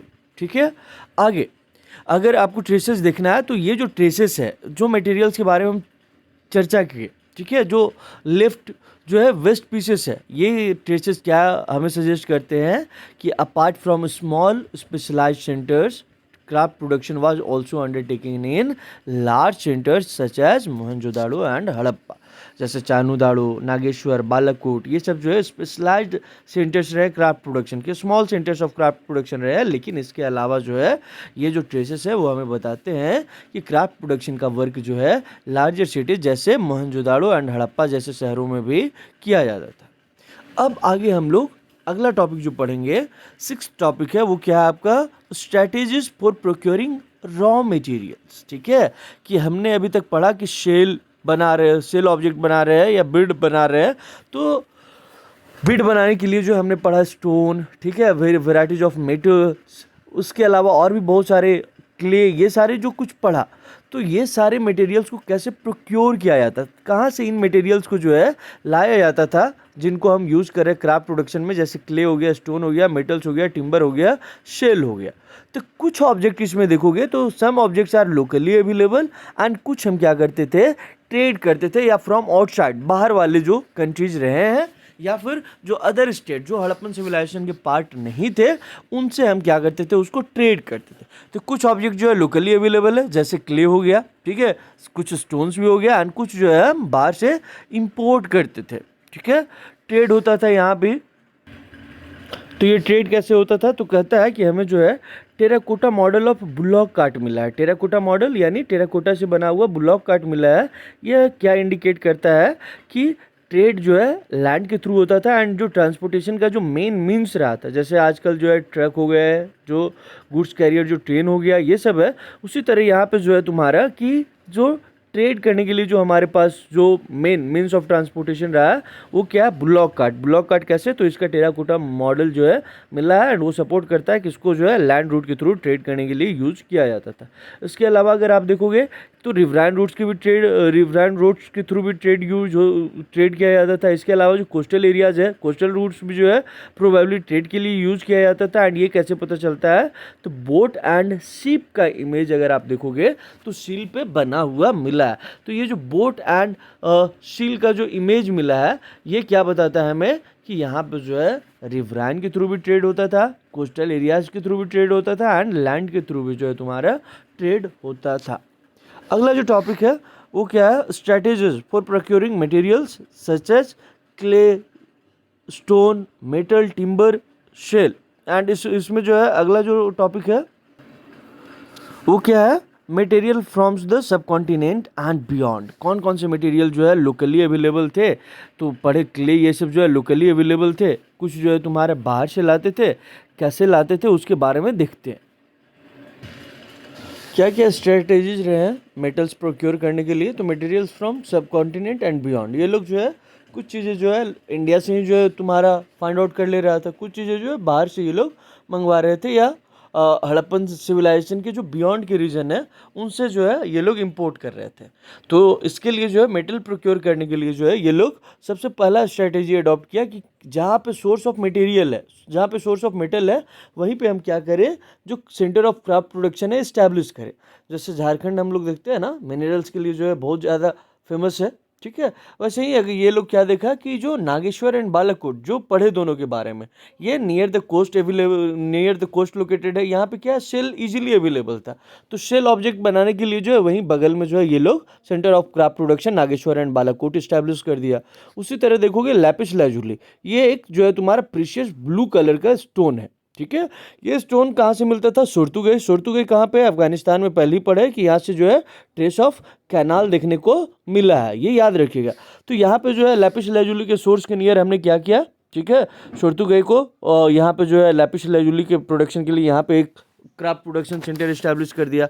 उसी तरह अगर आप देखोगे लोथल, लोथल ये जो है तुम्हारा किसके लिए फेमस है? तो कार्नेलियन के लिए फेमस है। कार्नेलियन कहाँ से मिल रहा है? तो अगर आप देखेंगे तो कहाँ से? तो वहीं भरूच। भरूच कहाँ पे है? गुजरात में। ठीक है, उसी तरह देखोगे कि स्टेटाइट कहाँ से आ रहा है? तो south Rajasthan and north Gujarat से। मेटल्स कहाँ से आ रहा है तुम्हारा? तो राजस्थान से। गुजरात के जो है नेबरिंग स्टेट है राजस्थान आपका। तो इसीलिए कहता है कि ये स्ट्रेटेजी पहला क्या ये लोग एडॉप्ट किए कि establishment of settlement where raw materials were easily available. दूसरा स्ट्रेटेजी ये लोग जो अडॉप्ट किया वो क्या था? तो another way was to send expedition. Expedition मतलब यहाँ पे जो है अपने कुछ लोगों को भेजो सो दैट कि ये रॉ मटेरियल्स दूसरे एरिया से परचेज करके ले आए। जैसे खेतरी वाला रीजन राजस्थान किसके लिए फेमस रहा है? तो आप देखेंगे तो ये जो है आपका कॉपर के लिए फेमस रहा है। यहाँ से ये लोग कॉपर मंगवाता था। ठीक है, उसी तरह गोल्ड, गोल्ड के लिए तुम्हारा ये लोग जो है कहाँ पे गया? तो साउथ इंडिया जो है गोल्ड के लिए फेमस रहा है। KGF मूवी आप लोग देखे ही होंगे। ठीक है, कोलार गोल्ड फील्ड, तो जो साउथ इंडिया किसके लिए फेमस रहा है? वहाँ से ये लोग गोल्ड मंगवाता था। एंड ये जो एक्सपेडिशन हुआ, जो हम कॉपर के लिए लोगों को भेज रहे हैं, गोल्ड के लिए लोगों को भेज रहे हैं, तो ये इसके वजह से तुम्हारा this led to communication with local communities. साथ ही साथ अगर जो माइक्रो बीट्स के बारे में पढ़े कि स्टेट आर्ट से ये लोग जो माइक्रो बीट्स बनाता था, माइक्रो बीट्स का जो ओरिजिनल फाइंड्स कहाँ से मिला है? खेतरी से मिला है। ठीक है, साउथ इंडिया से मिलता है। तो ये हमें क्या इंडिकेट करता है तुम्हारा कि इन लोगों का ये जो रीजन्स जो हड़प्पन सिविलाइजेशन के पार्ट नहीं थे, वहाँ पे हमें इनका जो है कॉन्टैक्ट था। इसके अलावा अगर खेतरी रीजन देखोगे, ठीक है, ये जो खेतरी एरिया है, खेतरी एरिया को जो आज क्या बोलते हैं हिस्टोरियंस? गणेश्वर जोधपुरा कल्चर बोलते हैं। गणेश्वर जोधपुरा कल्चर कौन से रीजन को बोलते हैं? तो खेतरी रीजन का जो कल्चर है उसको गणेश्वर जोधपुरा कल्चर कहते हैं। क्यों? तो इट वाज डिफरेंट फ्रॉम, कैसे? हड़प्पन से कैसे डिफरेंट था? तो due to its distinctive pottery, इनका जो पॉटरी था वो अलग था। ठीक है, साथ ही साथ यहाँ पे ज़्यादातर जो ऑब्जेक्ट्स बने थे, ठीक है, वो किससे बने हुए थे? कॉपर से बने हुए थे। Unusual wealth of copper object. तो ये क्या बताता है कि ये चीज़ें जो है हमें हड़प्पन सिविलाइजेशन में नहीं मिला। इस तरह का इनका जो पॉटरी है वो स्टाइल का पॉटरी हमें हड़प्पन सिविलाइजेशन में नहीं मिला है। ठीक है, तो इससे हमें क्या पता चलता है कि ये जो है मोस्ट प्रोबेबली हड़प्पन सिविलाइजेशन के पार्ट नहीं थे एंड इसीलिए इनको गणेश्वर जोधपुरा कल्चर बोला गया। इसके अलावा देखोगे कि इट इज़ पॉसिबल दैट कि ये जो जो लोग यहाँ पे रहते थे, ये जो है हड़प्पन्स को क्या सप्लाई करते थे? तो हड़प्पन्स को कॉपर सप्लाई करने का काम करते थे। तो याद रखिएगा कौन से रीजन किसके लिए फेमस रहा है। अगला जो टॉपिक हम पढ़ेंगे ये तो विद इन इंडियन सब कॉन्टिनेंट है। ठीक है, हड़प्पन सिविलाइजेशन के जो पार्ट थे वहाँ एंड हड़प्पन सिविलाइजेशन के जो पार्ट नहीं थे वहाँ से जो है हम ऑब्जेक्ट्स इंपोर्ट कर रहे हैं। अगला जो है कि हमारा जो है फॉरेन ट्रेड भी होता था। फॉरेन ट्रेड होता था यानी कॉन्टैक्ट विथ डिस्टेंट लैंड। कौन कौन से डिस्टेंट लैंड के साथ हमारा जो है फॉरेन ट्रेड होता था? तो यहाँ पे आप देखोगे एक जगह है कॉपर। कॉपर कहाँ से आता था तुम्हारा? एक तो खेतरी वाले रीजन से, दूसरा आता है आपका मगन। मगन यानी आज का प्रेजेंट डे ओमान। अब हमारे पास ओमानी कॉपर था। ठीक है, ओमान कहाँ पे? तो अरेबियन पेनिनसुला का जो देखोगे जो साउथ ईस्टर्न टिप है इस तरफ जो है तुम्हारा क्या पे है? यहाँ पे आपका ओमान है। ओमान से हम क्या लाते थे? तुम्हारा कॉपर लाते थे। ये कैसे पता चलता है? तो अगर जब केमिकल एनालिसिस किया गया, केमिकल एनालिसिस कौन से कॉपर का? तो वो कॉपर जो वहाँ ओमान में मिला है एंड जो इंडिया में मिला है, दोनों का कॉपर का जो केमिकल एनालिसिस किया गया तो दोनों में जो है देखने को मिलता है ट्रेसेस ऑफ निकल। एंड ट्रेसेस ऑफ निकल जो है ये बताता है कि ये जो कॉपर का ऑब्जेक्ट जो बना है इसका एक कॉमन ओरिजिन रहा होगा। ठीक है, इसके अलावा और भी हमारे पास एविडेंस है। क्या एविडेंस है? कि हमारा ओमान के साथ ट्रेड रिलेशन था। तो जो हड़प्पन जहाज है, हड़प्पन जहाज अगर ब्लैक कलर का जो कोटेड हड़प्पन जहाज था, ठीक है। ये कहाँ से मिला है?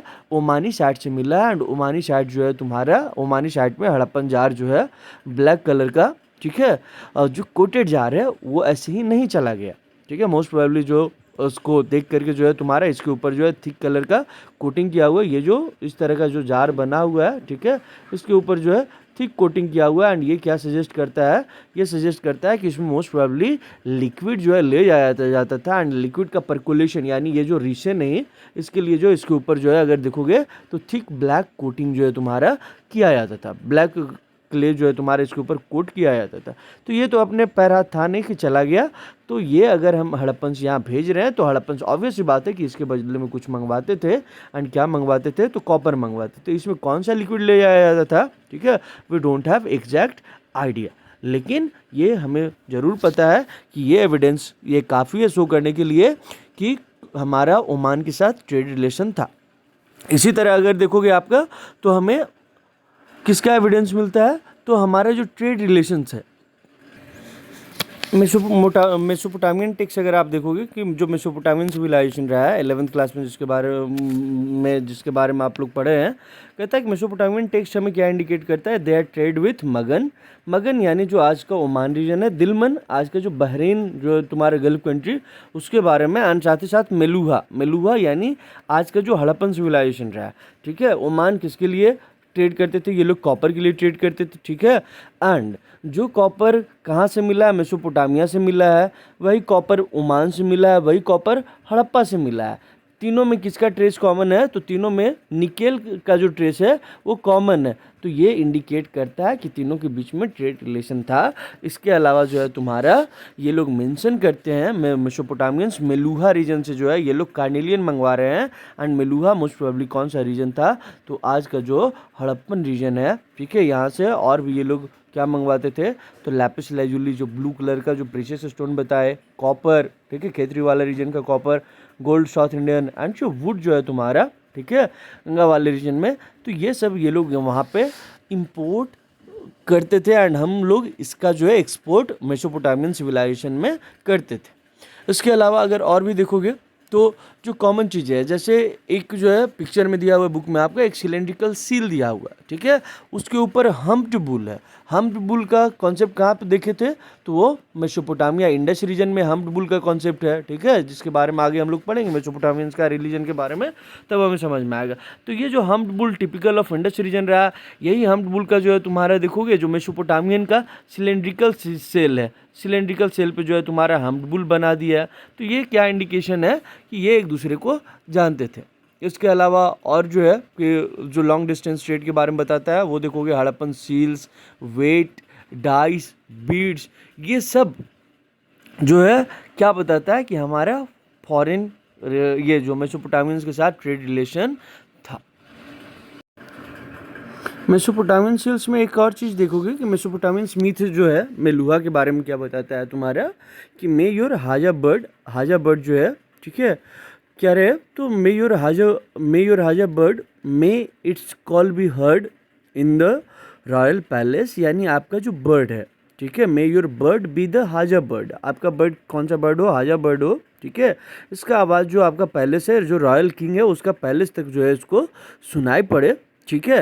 एंड हाजा बर्ड जो है कहता है हिस्टोरियंस जो है, ठीक है, ये जे होगा, हाजा बर्ड जो है इसके बारे में कहते हैं कि मोस्ट प्रोबेबली ये पीकॉक था, ठीक है। पीकॉक के आवाज़ की बेसिस पे, इसके साउंड के बेसिस पे मोस्ट प्रोबेबली जो है इसका नाम जो है हाजा बर्ड रखा गया था। साथ ही साथ देखोगे कि ये जो मेसोपोटामियंस है वो मेलुहा को बताते हैं क्या है? Meluhha was land of sea fare है, ठीक है।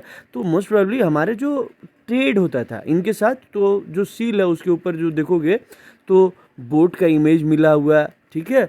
तो बोट का इमेज क्या इंडिकेट करता है कि हमारे जो ट्रेड रिलेशन इनके साथ था, ठीक है। शिप का इमेज जो है सील से मिला है, ये क्या इंडिकेट करता है कि हम लोग जो है इनके साथ वाटर के थ्रू जो है ट्रेड किया करते थे। नेक्स्ट टॉपिक जो हम लोग पढ़ने वाले हैं वो सील्स, स्क्रिप्ट एंड वेट। एक चीज़ पढ़े थे कि हड़प्पन्स का जो है एक डिस्टिंक्टिव जो है, ठीक है, आर्टिफैक्ट्स है, वो क्या है? सील है। अब सील सिर्फ जो है एनिमल का मोटिव एंड ये जो स्क्रिप्ट है वो इसी के लिए सिर्फ फेमस नहीं है, बल्कि अगर शील्स एंड सीलिंग को देखोगे तो इसका मल्टीपर्पस यूज रहा है। क्या यूज रहा है? तो इस पे 3 नंबर का क्वेश्चन जो है बोर्ड पूछा है एंड इन फ्यूचर भी पूछ सकता है। शील्स एंड सीलिंग जो है तुम्हारा were used to facilitate long distance communication. जैसे आप आज अमेज़ॉन से ऑर्डर करते हैं, ठीक है, या फ्लिपकार्ट से ऑर्डर करते हैं, तो पहले ही जो आप क्या करते हो कि जब पैकेट आपको मिलता है तो उसके ऊपर जो सील किया हुआ जो टेप है वो उस पर है कि नहीं, पहले आप चेक करते हैं। अगर सील ब्रेक है तो मतलब वो ऑब्जेक्ट क्या है कि उसके साथ जो है छेड़छाड़ किया गया है, यानी ऑथेंटिसिटी उसकी खत्म हो जाती है कि सही प्रोडक्ट मिल रहा है या नहीं। सिमिलरली उस समय जो है लॉन्ग डिस्टेंस ट्रेड को फैसिलिटेट करने के लिए, लॉन्ग डिस्टेंस कम्युनिकेशन को फैसिलिटेट करने के लिए हम लोग क्या यूज़ करते थे? लोग यूज़ क्या करते थे? सील्स एंड सीलिंग्स, ठीक है, जिसमें जो है तुम्हारा क्या होता था, तो सील किसके लिए हेल्पफुल है? तो लॉन्ग डिस्टेंस ट्रेड कम्युनिकेशन कहता है कि आप इमेजिन कीजिए कि आपके पास एक जो है गुड्स से भरा हुआ बैग आपके पास पहुंच रहा है। इसके मौत को हमने क्या किया है? तो रोप से जो है तुम्हारा टाई कर दिया है एंड इसके ऊपर जो हमने क्या किया है, जो वेट क्ले सम जो है तुम्हारा वेट क्ले का क्या कर दिया, हम इसके ऊपर अफिक्स कर दिया एंड इसके ऊपर जो है सील प्रेस कर दिए, जैसे हम अपना सील प्रेस कर रहे हैं बोर्ड मार्क्स क्लासेस, ठीक है। अब अगर आपके पास ये जो बैग है, ठीक है, एंड इसके ऊपर जो जिस समय क्ले वेट था उस समय जो हम इम्प्रेशन इस पे छोड़े सील के ऊपर, इम्प्रेशन मतलब सील का जो इम्प्रेशन है, अगर ये इंटैक्ट आपके पास पहुंच गया, इट मीन्स दैट कि इसके साथ जो है सीलिंग अगर इंटैक्ट है तो इसके साथ कोई भी टैपरिंग नहीं हुआ है, इसके साथ कोई छेड़छाड़ नहीं हुआ है, ठीक है। अगर ऐसा कुछ हुआ तो छेड़छाड़ हुआ, तो ये जो है तुम्हारा एक ऑथेंटिसिटी के लिए जो है सील्स यूज किया जाता था। साथ ही साथ अगर देखोगे तो ये जो सीलिंग्स है वो जो भेज रहा है, जो सेंडर है, उसका आइडेंटिटी कन्वे करता था कि ये जो अगर किसका है, जियो का प्रोडक्ट है, ठीक है, तो यहाँ पे ऐसे लिखा हुआ है आपका जियो, ठीक है। तो इसके लिए जो है सील्स एंड सीलिंग का यूज करते थे। अब अगला टॉपिक है एन इनएग्मेटिक स्क्रिप्ट। इनएग्मेटिक स्क्रिप्ट का मतलब क्या? तो वैसा स्क्रिप्ट जिसको अभी तक हम लोग डिसिफर नहीं कर पाए हैं, या फिर वैसा स्क्रिप्ट जो मिस्टीरियस है स्टिल हमारे लिए, या समझने में क्या है तुम्हारा डिफिकल्ट टू अंडरस्टैंड है। तो ऐसे स्क्रिप्ट को क्या कहते हैं? इनएग्मेटिक स्क्रिप्ट। पहले ही पढ़ चुके हैं कि हड़प्पन स्क्रिप्ट क्या है? इनएग्मेटिक स्क्रिप्ट है जिसको हम पढ़ नहीं पा रहे, ठीक है। कहता है तुम्हारा कि हड़प्पन सील्स को अगर देखोगे तो यूजुअली इस पे क्या होता था? अ लाइन ऑफ राइटिंग होता था, ठीक है, जिसमें क्या होता था, तो जिसमें अगर देखोगे कि which contained name and title of owner, symbol, name and title of owner and scholar जो तुम्हारे ये बताते हैं कि इसके ऊपर जो एनिमल का सिंबल है ये किसके लिए है तुम्हारा? तो इट वाज अ सिंबल, ठीक है, to convey the message for those who could not read, कि जो लोग नहीं पढ़ सकते थे, वो जो पढ़ सकते थे उनके लिए तो नेम एंड टाइटल ओनर का लिखा हुआ है, जो नहीं पढ़ सकते थे उनके लिए ये सिंबल बना दिया।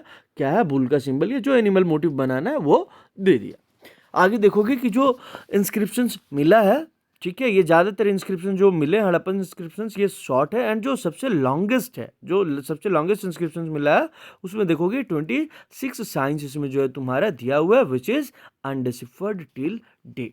आगे कहता है कि ये अल्फ़ाबेटिकल नहीं है। अल्फ़ाबेटिकल मतलब जो है तुम्हारा कि A stands for A, B stands for B, यानी हर एक साउंड क्या है तुम्हारा, आइदर वो वॉवेल है या कॉन्सोनेंट है, जिसका एक मीनिंग है। यहाँ पे कहता है ये अल्फ़ाबेटिकल नहीं थे, बल्कि यहाँ पे देखोगे तुम्हारा कि यहाँ बहुत सारे साइन यूज किए हुए हैं, ठीक है, एंड ये साइन का नंबर जो है तुम्हारा इट इज़ बिटवीन अराउंड, कहता है तुम्हारा 375 टू 400 साइंस यूज जो है तुम्हारा किया गया है। ये लोग लिखते कैसे थे? तो ये लोग राइट टू लेफ्ट जाते थे, from this side to this side ये लोग जाते थे, ठीक है।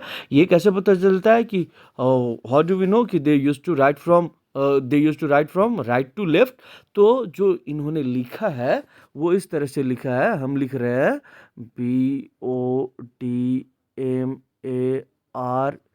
BODMARX, फिर CLASS।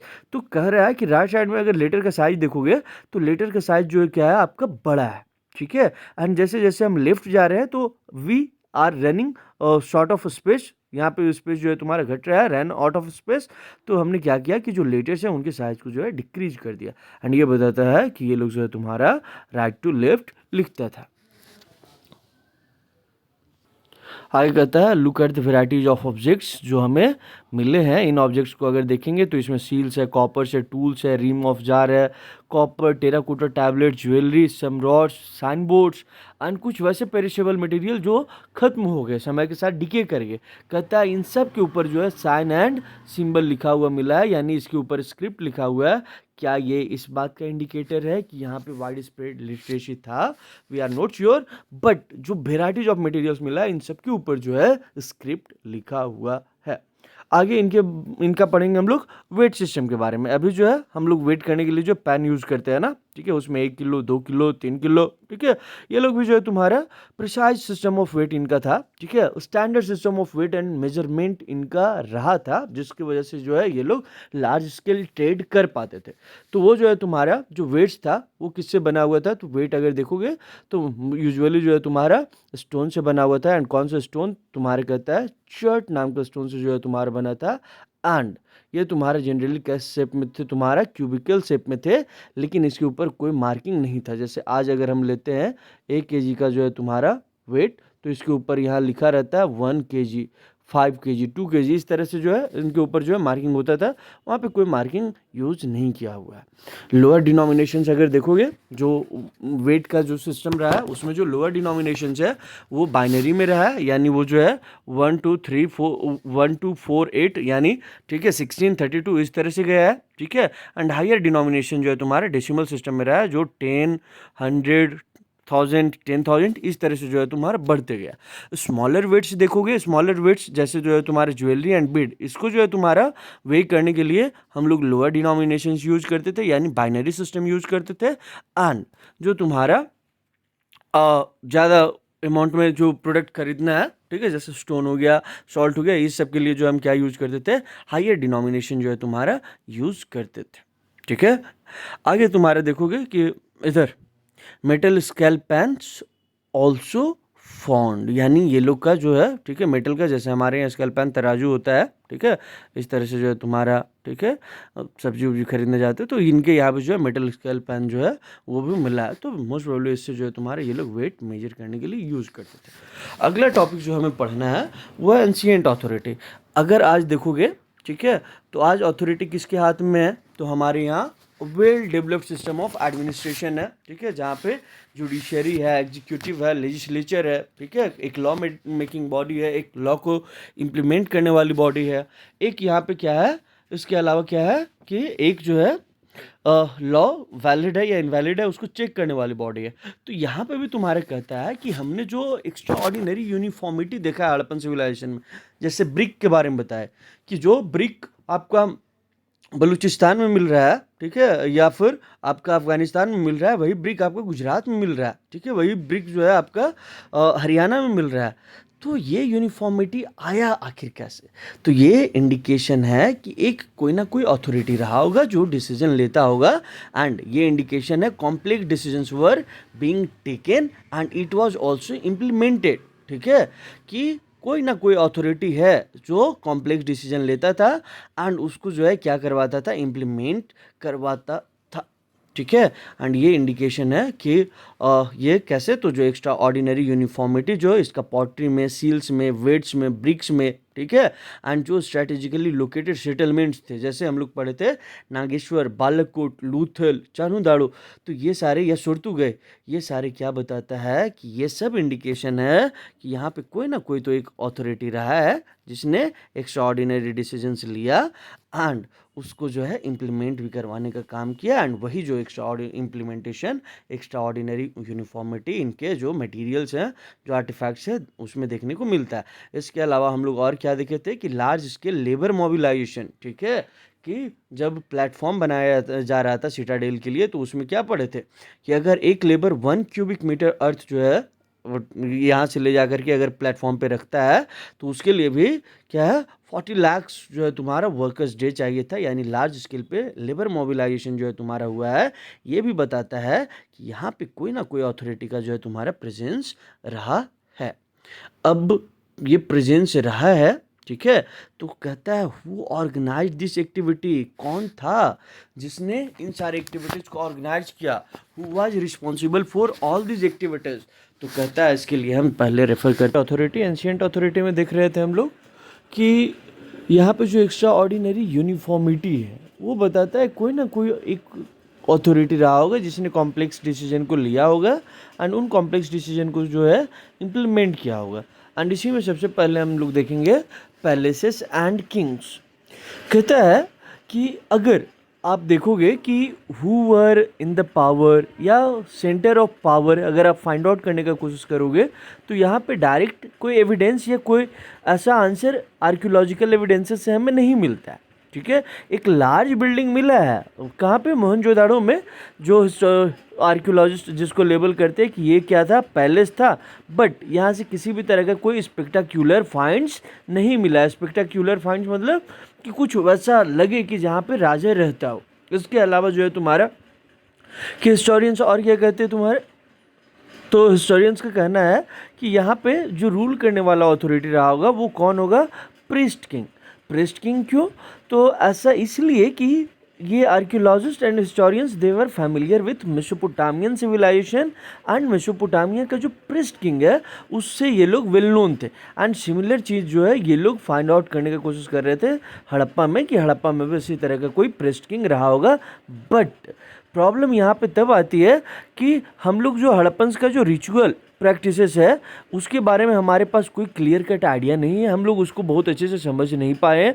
साथ ही साथ हमारे पास ये भी आइडिया नहीं है कि जो रिचुअल्स परफॉर्म कर रहे हैं क्या वही लोग थे जो पॉलिटिकल पावर कंट्रोल कर रहे थे, यानी रिचुअल्स परफॉर्म करने वाले लोग क्या पॉलिटिकल पावर और ये पॉलिटिकल पावर में थे, we are not sure. But अभी भी जो है कुछ हिस्टोरियंस ऐसा मानते हैं या जो लेबल करते हैं कि यहाँ का जो रूलर रहा होगा, ये जो प्रीस्ट किंग का आप मूर्ति देख रहे हैं ये प्रीस्ट किंग रहा होगा।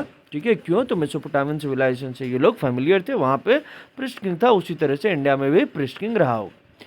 कुछ हिस्टोरियंस का ओपिनियन है कि नहीं, हड़प्पा में जो है कोई रूलर्स नहीं था and everybody enjoyed equal status. कुछ का ऐसा ओपिनियन है कि ना, हड़प्पा में एक सिंगल रूलर नहीं था बल्कि अलग अलग रूलर्स थे। जैसे हड़प्पा के लिए अलग रूलर, ठीक है, मोहनजोदाड़ो के लिए अलग रूलर, लोथल के लिए अलग रूलर एंड सो ऑन। इस तरह से जो है तुम्हारे कहते हैं कि there were several ruler not single. And जो सबसे एक्सेप्टेड मोस्ट प्लॉसिबल थ्योरी है वो क्या है कि there was a single state. Single state क्यों, तो अभी तक हम लोग जो पढ़ चुके हैं, क्या क्या पढ़ चुके हैं, तो अभी तक आपने पढ़ा कि जो प्लान्ड सेटलमेंट है, सेटलमेंट में पढ़े ना कि पहले जो है स्ट्रीट्स एंड रोड्स, फिर उसके बाद जो ड्रेन्स, उसके बाद जो है यहाँ पर जो है बिल्डिंग्स बनाया जाता था।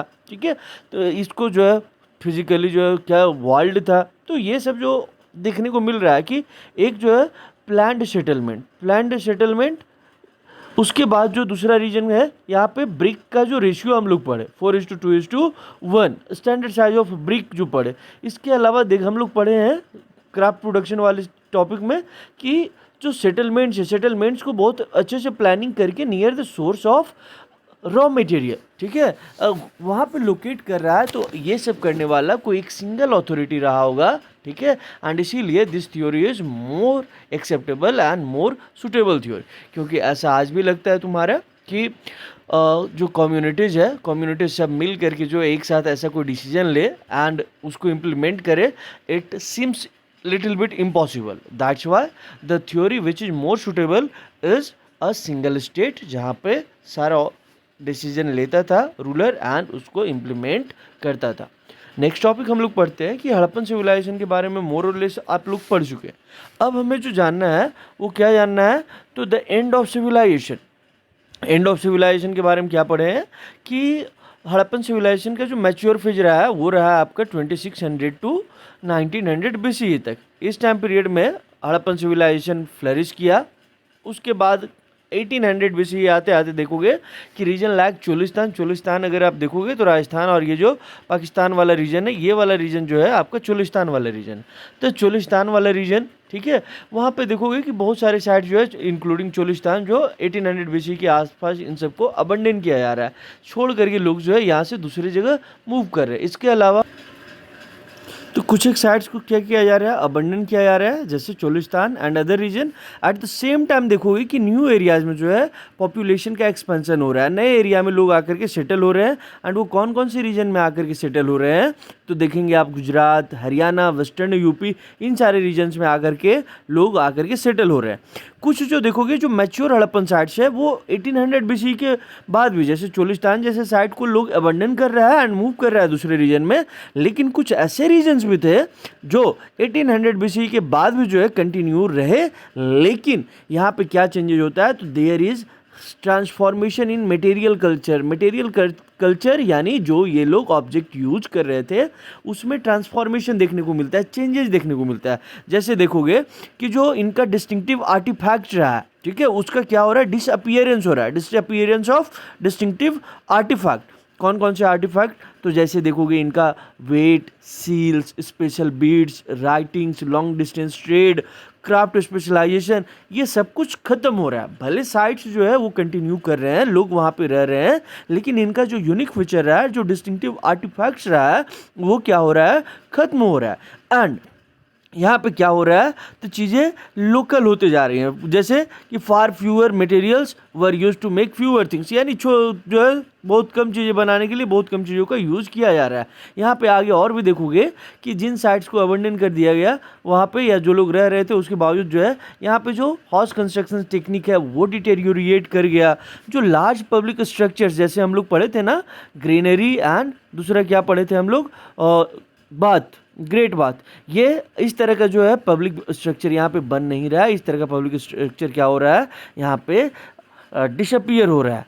एंड आगे देखोगे कि जो far fewer materials were used to make far fewer things, ये क्या इंडिकेट कर रहा है, रूरल वे ऑफ लाइफ, जहाँ पे हम इसको क्या बोलते हैं कि ये अब गांव की तरफ जा रहे हैं, मतलब रूरल कल्चर के टूवर्ड्स जा रहे हैं। एंड इसी को बोला गया लेट हड़प्पा या सक्सेसर कल्चर।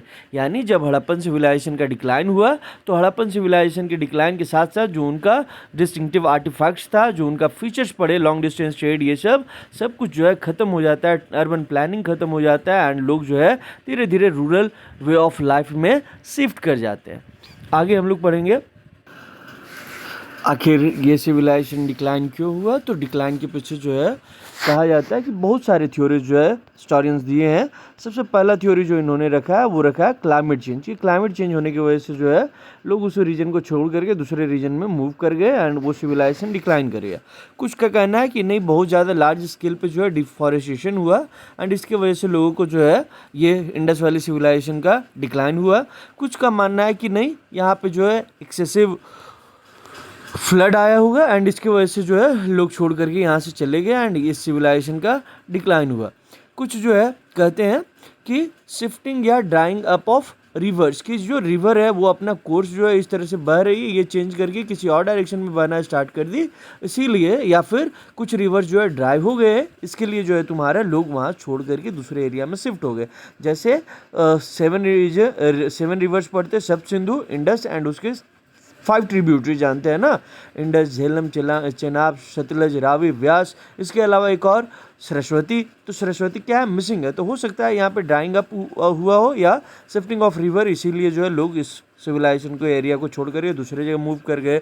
अगला कुछ रीजन देते हैं कि ओवर यूज ऑफ लैंडस्केप जो लैंड है उसको बहुत ज़्यादा जो है ओवर यूज किया, बहुत एक्सप्लॉइट किया नेचुरल रिसोर्सेज का, एंड उसके वजह से जो है इस सिविलाइजेशन का डिक्लाइन हुआ। एंड कुछ का कहना है कि ये सारे जो 5 रीजन जो हम लोग देख रहे हैं, ये 5 रीजन जो है, this may be suitable for particular region, not for the entire settlement. की ये जो 5 रीजन्स है ये किसी एक एरिया के लिए, 1-2 रीजन के लिए सही हो सकता है, लेकिन पूरे इतना बड़ा 13 लाख स्क्वायर किलोमीटर एरिया के लिए ये रीजन सही नहीं है। तो क्या सही हो सकता है, तो जो स्ट्रॉन्ग यूनिफाइंग एलिमेंट है, जो स्ट्रॉन्ग यूनिफाइंग एलिमेंट जिसने सब कुछ कंट्रोल किया, जिसने डिसीजन लिया, उसको इम्प्लीमेंट किया, वो एंड हो गया, उसका जो है तुम्हारे खत्म हो गया। इसी वजह से जो है तुम्हारा डिक्लाइन हुआ। एंड ये कैसे हमें पता चलता है? तो इट इज़ एविडेंट। ये कहाँ हमें देखने को मिलता है? तो देखोगे जो सील्स है वो डिसअपियर हो गया, सील्स, स्क्रिप्ट्स, बीड्स, पॉटरी, ठीक है, स्टैंडर्डाइज्ड वेट सिस्टम से जो है लोकल वेट सिस्टम में, ठीक है, हाउसेस का कंस्ट्रक्शन डिटेरियोरेट किया, लोग सिटीज़ को जो है छोड़ करके जा रहे हैं। तो ये सारा इसी बात का इंडिकेशन है कि जो स्ट्रॉन्ग यूनिफाइंग एलिमेंट है वो उसका क्या हो गया? डिक्लाइन हो गया, उसका एंड हो गया। एंड धीरे धीरे हड़प्पन सिविलाइजेशन का भी डिक्लाइन हो गया। अब जब हड़प्पन सिविलाइजेशन का डिक्लाइन हुआ, जो अर्बन फेज था, अर्बन फेज का जब डिक्लाइन हुआ, तो इसके बाद जो है हमारे इंडियन सब कॉन्टिनेंट को लगभग 1300 साल तक जो है इंतज़ार करना पड़ा, तब जा करके फिर से अर्बनाइजेशन हुआ। वो अर्बनाइजेशन 600 बीसी के टाइम में एक अनदर रीजन में, वो इंडस वैली वाले रीजन में नहीं बल्कि गंगा वैली वाले रीजन में एक फिर से नए शहरों का जो है ग्रोथ देखने को मिलता है, जिसको हम लोग चैप्टर 2, 3 में पढ़ने वाले हैं। अब जो हमें आगे पढ़ना है, डिस्कवरिंग द हड़प्पन सिविलाइजेशन। उससे पहले एक और थ्योरी यहाँ पे दिया हुआ है, theory of Aryan invasion. Aryan invasion का जो थ्योरी है, अब इसको पढ़ाया जाता है। आर्यन इन्वेजन का थ्योरी जो है वो मिथ था, ठीक है। पहले जो है कुछ लोग जो है लोगों का कहना था कि आर्यन आए बाहर से एंड यहाँ के जो लोकल लोग थे उनको मार करके एंड ये लोग जो है कब्जा कर लिया, और इस तरह से जो है इंडस वैली सिविलाइजेशन का डिक्लाइन हुआ। लेकिन इस तरह का जो एविडेंस हमें जो है नहीं मिलता है, एंड उसके बाद से जो है हम इसको मीथ कंसिडर करने लगे, ठीक है। अभी तक हम लोग हड़प्पन सिविलाइजेशन का हिस्ट्री पढ़े। कैसे पढ़े? तो जो आर्कियोलॉजिस्ट हैं, जो हिस्टोरियंस है, उन्होंने जो मटेरियल रिमेन्स है, उन मटेरियल रिमेन्स को एक साथ जो है जोड़ करके एक फैसिनेटिंग हिस्ट्री, यानी हड़प्पन सिविलाइजेशन का हिस्ट्री को जो है तैयार किया। इसका एक अलग हिस्ट्री है एंड हड़प्पन सिविलाइजेशन का डिस्कवरी का एक अलग हिस्ट्री है। क्या अलग हिस्ट्री है? तो when Harappan civilisation came to an end, जब इसका 1900 के बाद धीरे धीरे डिक्लाइन होने लगा एंड 1800 से जो है देखोगे चोलिस्तान जैसे रीजन में जब लोग छोड़ करके जाने लगे, दूसरे रीजन में सेटल होने लगे, तो धीरे धीरे ये जो हड़प्पन सिविलाइजेशन है इसके बारे में लोग भूल गए। जब लोग भूल गए तो उसके बाद जो है इस रीजन में जब उसके 1000 साल बाद यानी 1300 मतलब क्या बोले कि 900 जो है बीसी के आसपास या 1000 बीसी के आसपास जब लोग यहाँ पे सेटल होना स्टार्ट किए, या उसके बाद जब लोग सेटल होना स्टार्ट किए, तो दे वर सरप्राइज विथ जो कुछ ओकेजनली उनको दिखा अर्थ सरफेस पे, जो कुछ स्ट्रेंज आर्टिफैक्ट्स उनको अर्थ सरफेस पे दिखा, उससे ये लोग सरप्राइज थे। ये अर्थ सरफेस पे नए ऑब्जेक्ट्स आर्टिफैक्ट कैसे दिख रहे हैं? तो समटाइम्स वॉश्ड बाय फ्लड्स से, या फिर एक्सपोज बाय सॉइल इरोजन, या फिर टर्न अप्ड वेन प्लॉइंग के समय जो है, या फिर डिगिंग फॉर ट्रेजर। इन सब रीजन की वजह से जो है क्या है, नए नए आर्टिफैक्ट्स इनको मिल रहे थे, स्ट्रेंज आर्टिफैक्ट्स मिल रहे थे, एंड दे वर सरप्राइज कि आखिर ये किस तरह का ऑब्जेक्ट है, इसका आखिर क्या लेना देना है। दे वर अननोन, ये इसको जानने का कोशिश कर रहे थे। एंड इसी में आगे आते हैं first director general of ASI, जिनका नाम है Alexander Cunningham, father of Indian archaeology, इन्हीं को कहते हैं। तो ये याद रखना। भाई साहब आते हैं, इनका हिस्ट्री में बहुत ज़्यादा इंटरेस्ट था, लेकिन ये इंडिया को लेकर के जो है इनके अंदर प्री कंसेप्ट नोशन था। इनका मानना था कि जो इंडियन आर्कियोलॉजी या इंडियन हिस्ट्री जो स्टार्ट होता है वो कहाँ से स्टार्ट होता है? तो वो जो 600 BC से जो सेकेंड अर्बनाइजेशन का फेज़ है, ठीक है, वहीं से इंडियन हिस्ट्री स्टार्ट होता है। इसलिए जब मिड 90s में यानी 1850s के बाद जो एक्सकेवेशन इंडिया में स्टार्ट हुआ, उसके बाद देखोगे तो archaeologist they preferred written words to guide to investigation in compare to कि जो कुछ मटेरियल्स मिल रहा है उसको ना देख करके जो रिटन वर्ड्स है उनको जो है हम यूज़ करते हैं, एंड उसी से गाइडेंस लेकर के जो जहाँ जहाँ जिन सिटीज़ के बारे में मेंशन किया हुआ है या जिन लोकेशंस के बारे में मेंशन किया हुआ है वहाँ पे जो है हम एक्सकैवेशन स्टार्ट करेंगे। एंड आगे देखोगे कि कनिंघम का जो इंटरेस्ट रहा है, कनिंघम का खुद ही इंटरेस्ट रहा है कब से कब तक का, तो 6th सेंचुरी BCE से 4th सेंचुरी BCE के बीच का पीरियड का, यानी जो अर्ली हिस्टोरिक पीरियड रहा है इंडियन हिस्ट्री का, एंड उसके बाद वाला पीरियड है उसका इंटरेस्ट, उसी में जो है कनिंघम का इंटरेस्ट रहा। वो उसी को क्या करना चाहता था, एक्सकैवेट करना चाहता था। एंड इसीलिए वो जो गाइडेंस की अर्ली हिस्टोरिक सिटी के बारे में कहाँ से उसको गाइडेंस मिल रहा है, तो ही टुक गाइडेंस ऑफ जो चाइनीज बुद्धिस्ट पिलग्रिम्स जो तुम्हारा 4th सेंचुरी सी से 7th सेंचुरी सी के बीच में जो इंडिया विजिट करने आए थे उनके टेक्स्ट को, यानी टेक्स्ट में जो है एक जो है आपका रिटन वर्ड्स यानी जो टेक्स्ट एंड दूसरा जो है आपका इंस्क्रिप्शंस, दोनों का यूज़ करके जो है इन्वेस्टिगेशन करने का काम किया। जिस समय वो इन्वेस्टिगेशन कर रहा था तो उस समय देखोगे कि उसने जो है ही collected, he documented and translated inscriptions that he found. इसके अलावा जिस समय वो एक्सकैवेशन कर रहा है उस समय जो उसको इंस्क्रिप्शंस मिला उनको कलेक्ट किया, डॉक्यूमेंट किया एंड ट्रांसलेट किया। एंड साथ ही साथ देखोगे कि उसने जो कुछ उसको मिला, ठीक है, that he tended to artifacts that he thought that कि these artifacts had significance of या फिर कल्चरल वैल्यू का ये ऑब्जेक्ट है, तो उन सबको जो है उसने कलेक्ट करने का भी काम किया। तो यहाँ से हमें क्या पता चलता है कि कनिंघम का जो मेन इंटरेस्ट है वो 6th century BCE to 4th century BCE, 4th century CE तक है। तो इस टाइम पीरियड में जो है हड़प्पन सिविलाइजेशन का फेज तो था नहीं, ठीक है। साथ ही साथ वो एक्सकैवेशन के लिए गाइडेंस कहाँ से ले रहा है, तो गाइडेंस ले रहा है वो चाइनीज बुद्धिस्ट पिलग्रिम्स से जो 4th to 7th century CE के टाइम में आए थे। तो उन्हें खुद ही नहीं पता था हड़प्पन सिविलाइजेशन के बारे में, and that's why he missed the significance of Harappan civilisation. And जब वो इस चीज़ को मिस किया तो आगे क्या होता है, तो आगे हम लोग देखते हैं। आगे देखेंगे कि हड़प्पा जो चाइनीज पिलग्रिम्स का इटिनरी का पार्ट नहीं था, ठीक है, ना ही ये अर्ली हिस्टोरिक सिटी का पार्ट रहा है। इसी वजह से यहाँ पे जो है किसी भी तरह का एक्सकैवेशन जो है कनिंघम नहीं करता है।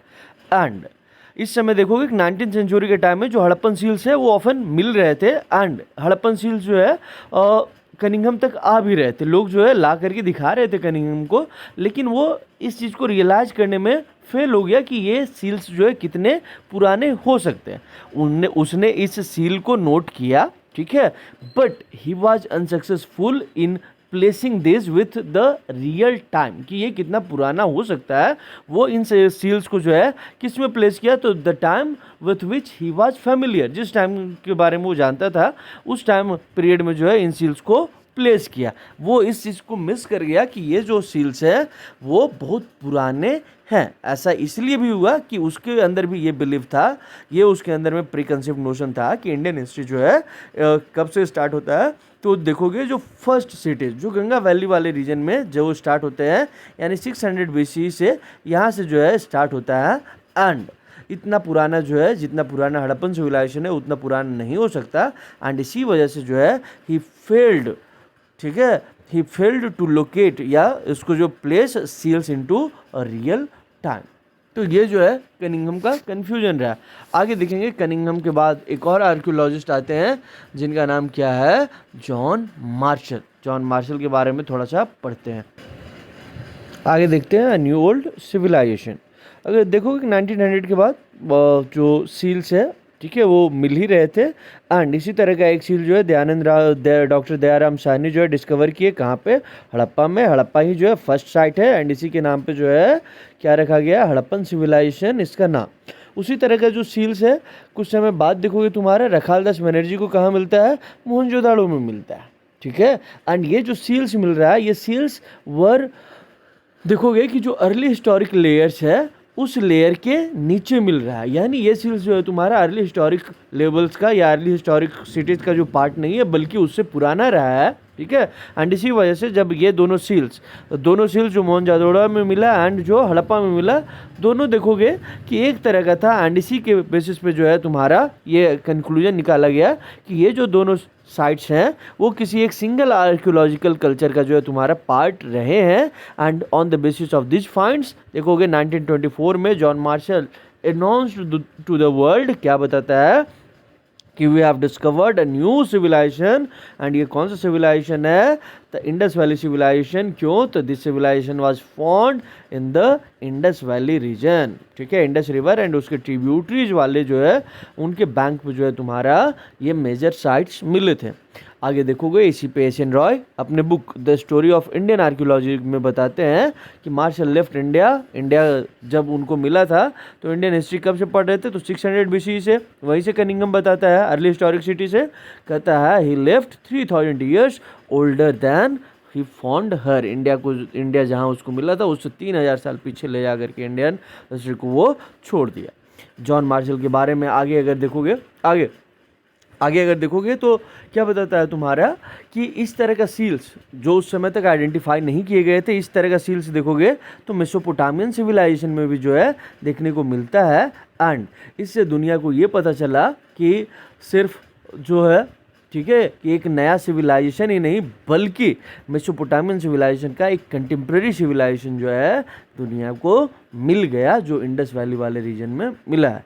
आगे देखोगे जॉन मार्शल का क्या कंट्रीब्यूशन रहा है, तो जॉन मार्शल देखोगे पहले दुनिया के सामने अनाउंस किया कि we have found a new civilisation. दूसरा देखोगे कि he was the first professional archaeologist, ठीक है, he was first professional archaeologist to work in India. He had work experience वो ग्रीस एंड क्रेट, यही जो मेसोपोटामियन सिविलाइजेशन का पार्ट वहाँ पे जो है आर्कियोलॉजी का ये काम करके आया हुआ था, तो उसका एक्सपीरियंस रहा था। ये भी कनिंघम जैसे जो है तुम्हारा he was interested in spectacular finds, उनको जो है कलेक्ट करके रख रहा था। उसी तरह John Marshall was also interested in spectacular finds but he was also interested in looking for the pattern of everyday life, की जो डेली लाइफ से जुड़ा हुआ जो चीज़ें हैं उसको भी जो है वो कलेक्ट करने में अपना इंटरेस्ट शो कर रहा था। लेकिन ही मिस्ड, वो क्या मिस किया, सिग्निफिकेंस ऑफ स्ट्रैटिग्राफी, क्या, तो उसने जो है तुम्हारा he tend to excavate along regular horizontal line, यानी इसने जो स्ट्रैटिग्राफी एंड लेयर्स का जो है तुम्हारा इंपॉर्टेंस को मिस किया।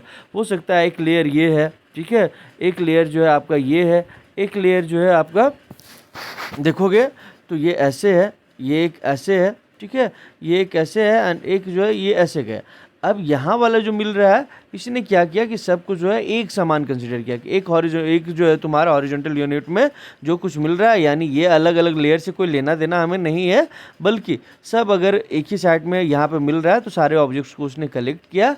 एंड इसके वजह से हम क्या मिस कर गए, तो जो वैल्यूएबल इंफॉर्मेशन जो इन सब से मिलता कि ये ऑब्जेक्ट कितने पुराने हैं या कौन सा ऑब्जेक्ट पुराना है, कौन सा ऑब्जेक्ट किस टाइम फ्रेमवर्क का है, वो हम मिस कर गए। क्यों, तो he didn't give importance to किसका, स्ट्रैटिग्राफी। बस इसकी कमियों को दूर करने के लिए एक और आदमी आता है, कौन है, तो the person who brought new techniques with him and new questions.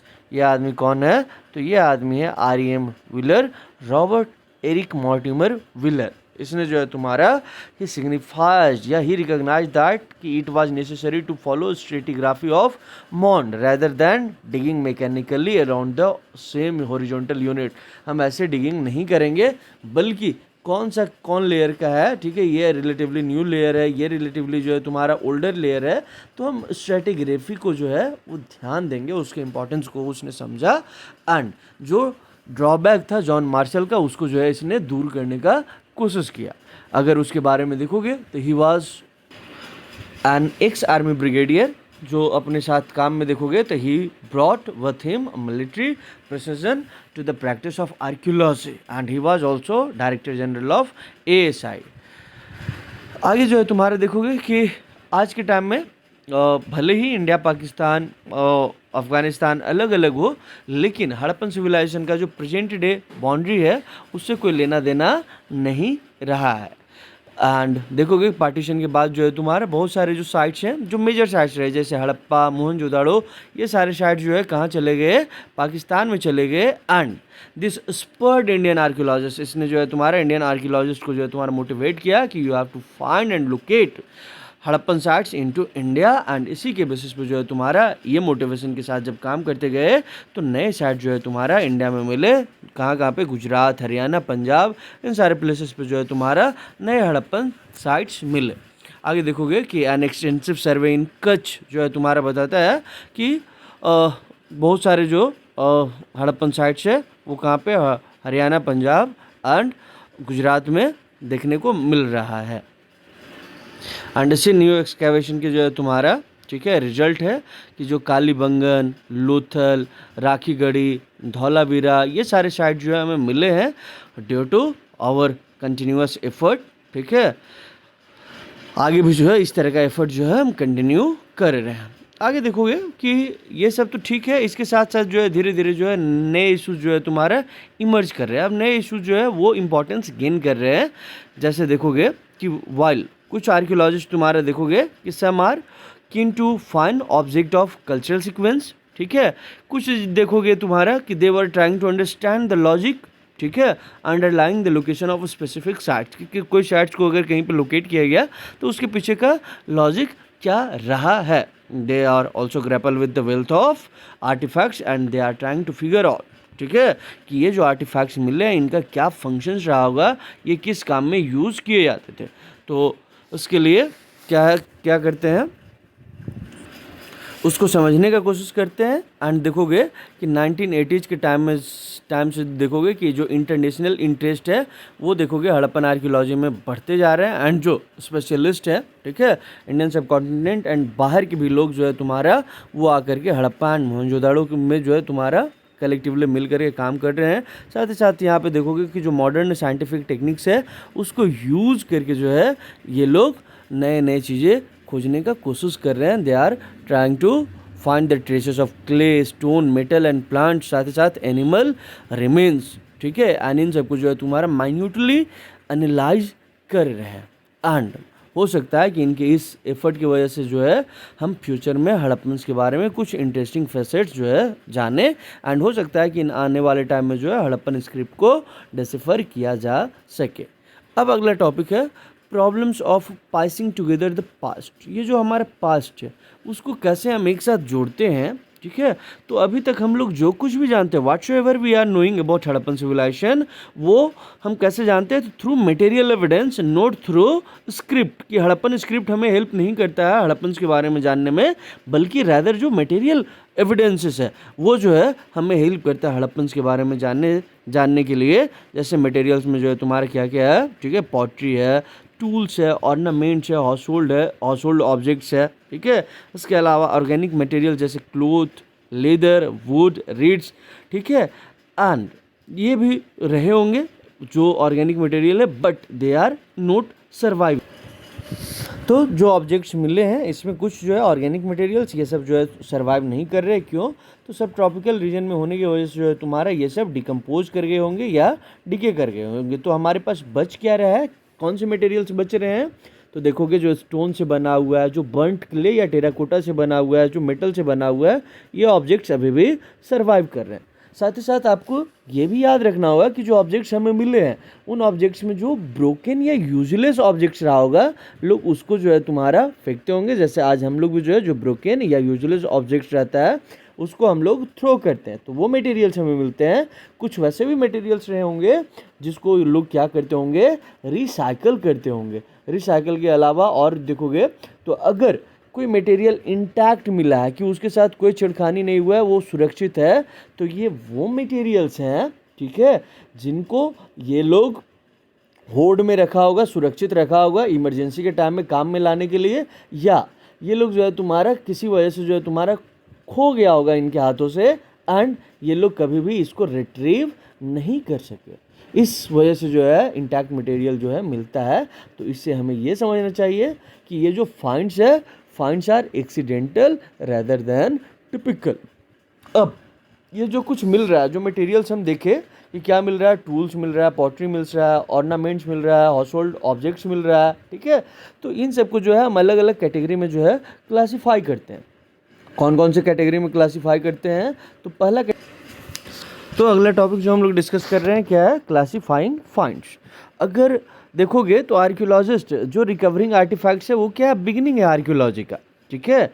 Archaeologist को इसके अलावा भी जो है बहुत सारे काम करने पड़ते हैं। एंड क्या काम करने पड़ते हैं, तो पहले जो ऑब्जेक्ट्स मिले हैं उनका क्लासिफिकेशन करो। क्लासिफिकेशन जो है पहला किस बेसिस पे क्लासिफिकेशन करते हैं, तो इन टर्म्स ऑफ मटेरियल, ये कौन से मटेरियल से बना हुआ है, स्टोन से बना हुआ है, क्ले से बना हुआ है या मेटल से बना हुआ है। दूसरा, they use to classify in terms of function, कि जो ऑब्जेक्ट्स मिला है उसका क्या फंक्शन रहा होगा, ठीक है, क्या फंक्शन रहा होगा। तो जैसे ये ऑब्जेक्ट को जो है तुम्हारे टूल के जैसा यूज किया जाता था, या ऑर्नामेंट के पर्पज से यूज किया जाता था, या दोनों पर्पज से यूज किया जाता था, ठीक है। तो दे हैव टू डिसाइड कि ये किस पर्पज से, या फिर साथ ही साथ जो है तुम्हारे इसको रिचुअल के लिए जो है तुम्हारा बनाया गया था।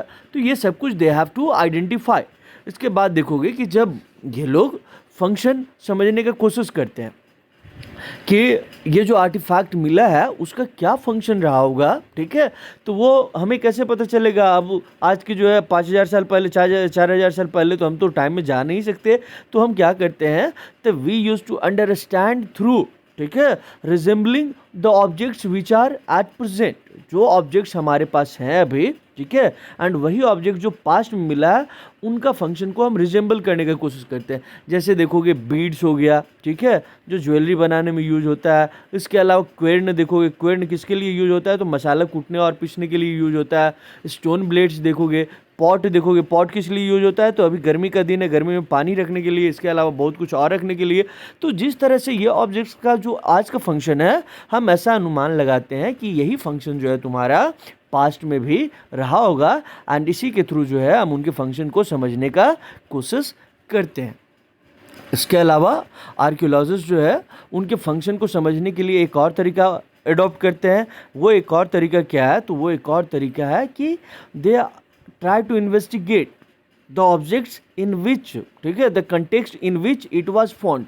कौन सी कंटेक्स्ट में मिला है, कहाँ मिला है, ये हाउस में मिला है, ठीक है, या फिर ड्रेन में मिला है, या फिर तुम्हारा ग्रेव में मिला है, या फिर आपका किल्न में मिला है। तो ये डिसाइड करते हैं, दे ट्राई टू आइडेंटिफाई कि ये ऑब्जेक्ट कहाँ से मिला है एंड किस जो है तुम्हारे कॉन्टेक्स्ट में मिला है। उसके बेसिस पे ये लोग जो है उसके फंक्शंस को क्या करते हैं, आइडेंटिफाई करने का कोशिश करते हैं कि ये ऑब्जेक्ट जो है, ठीक है, इस पर्पस के लिए यूज़ किया जाता होगा।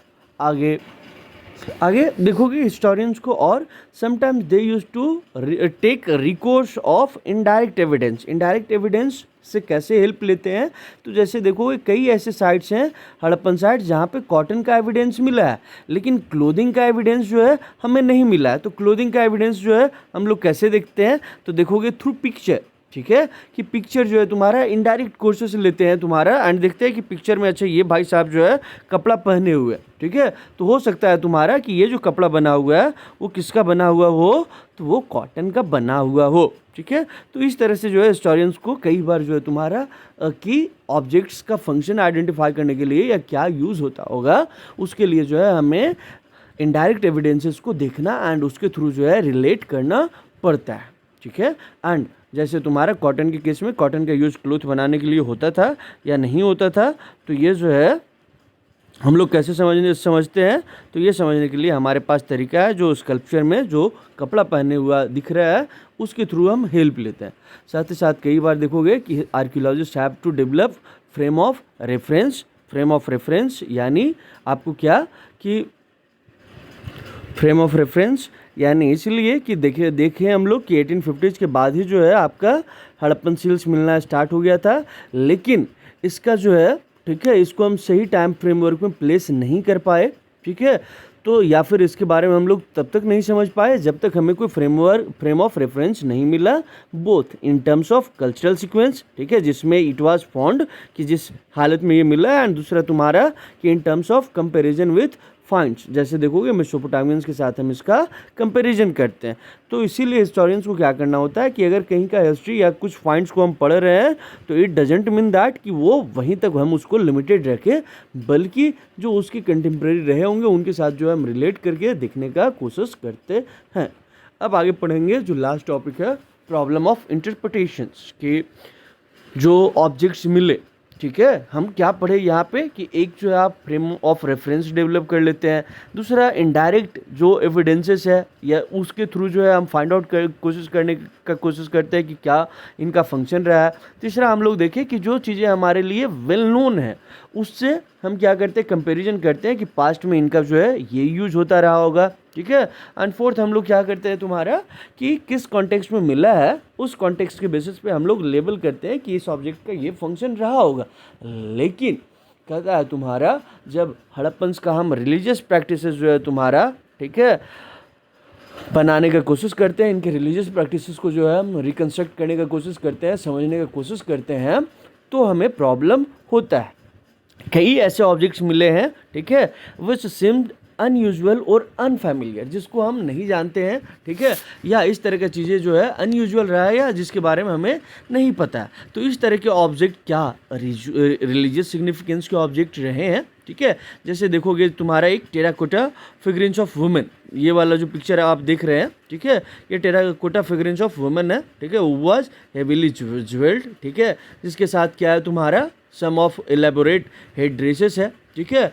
उसके अलावा जो प्रेस्ट किंग का जो है आपने पिक्चर देखा, ठीक है, उसके अलावा बहुत सारा सील्स देखा। इसके अलावा और भी पिक्चर्स हैं जहाँ पे जो है तुम्हारा एक पर्सन जो है तुम्हारा, ठीक है, सीटेड ऑन वन हैंड, ठीक है, ऑन नी, जिसको प्रेस्ट किंग जो है तुम्हारा लेबल किया गया। तो इस तरह का जो अनयूजुअल आर्टिफैक्ट्स मिला है, ठीक है, क्या ये सारे रिचुअल सिग्निफिकेंस के जो है तुम्हारा ऑब्जेक्ट रहे हैं, ठीक है, या नहीं?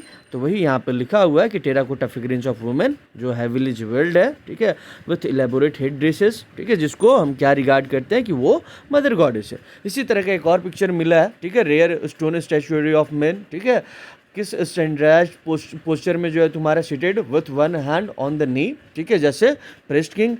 ये सब क्या रिलीजियस सिग्निफिकेंस के ऑब्जेक्ट्स रहे। इसके अलावा कुछ और स्ट्रक्चर्स देखोगे, जैसे आपका ग्रेट बात है, ठीक है, जिसके बारे में हम लोग पढ़े कि जिस कॉन्टेक्स्ट में ये मिला या जिस तरह का इसको बनाया गया है, ये देख के लगता है कि इसमें रिचुअल बात लिया जाता होगा।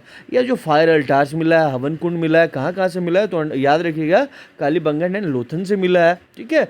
इनको भी जो है तुम्हारा ये अनयूजुअल या अनफेमिलियर थिंग्स है, जिसको हम क्या साइन करते हैं कि ये सब रिचुअल सिग्निफिकेंस के ऑब्जेक्ट्स रहे हैं, ठीक है।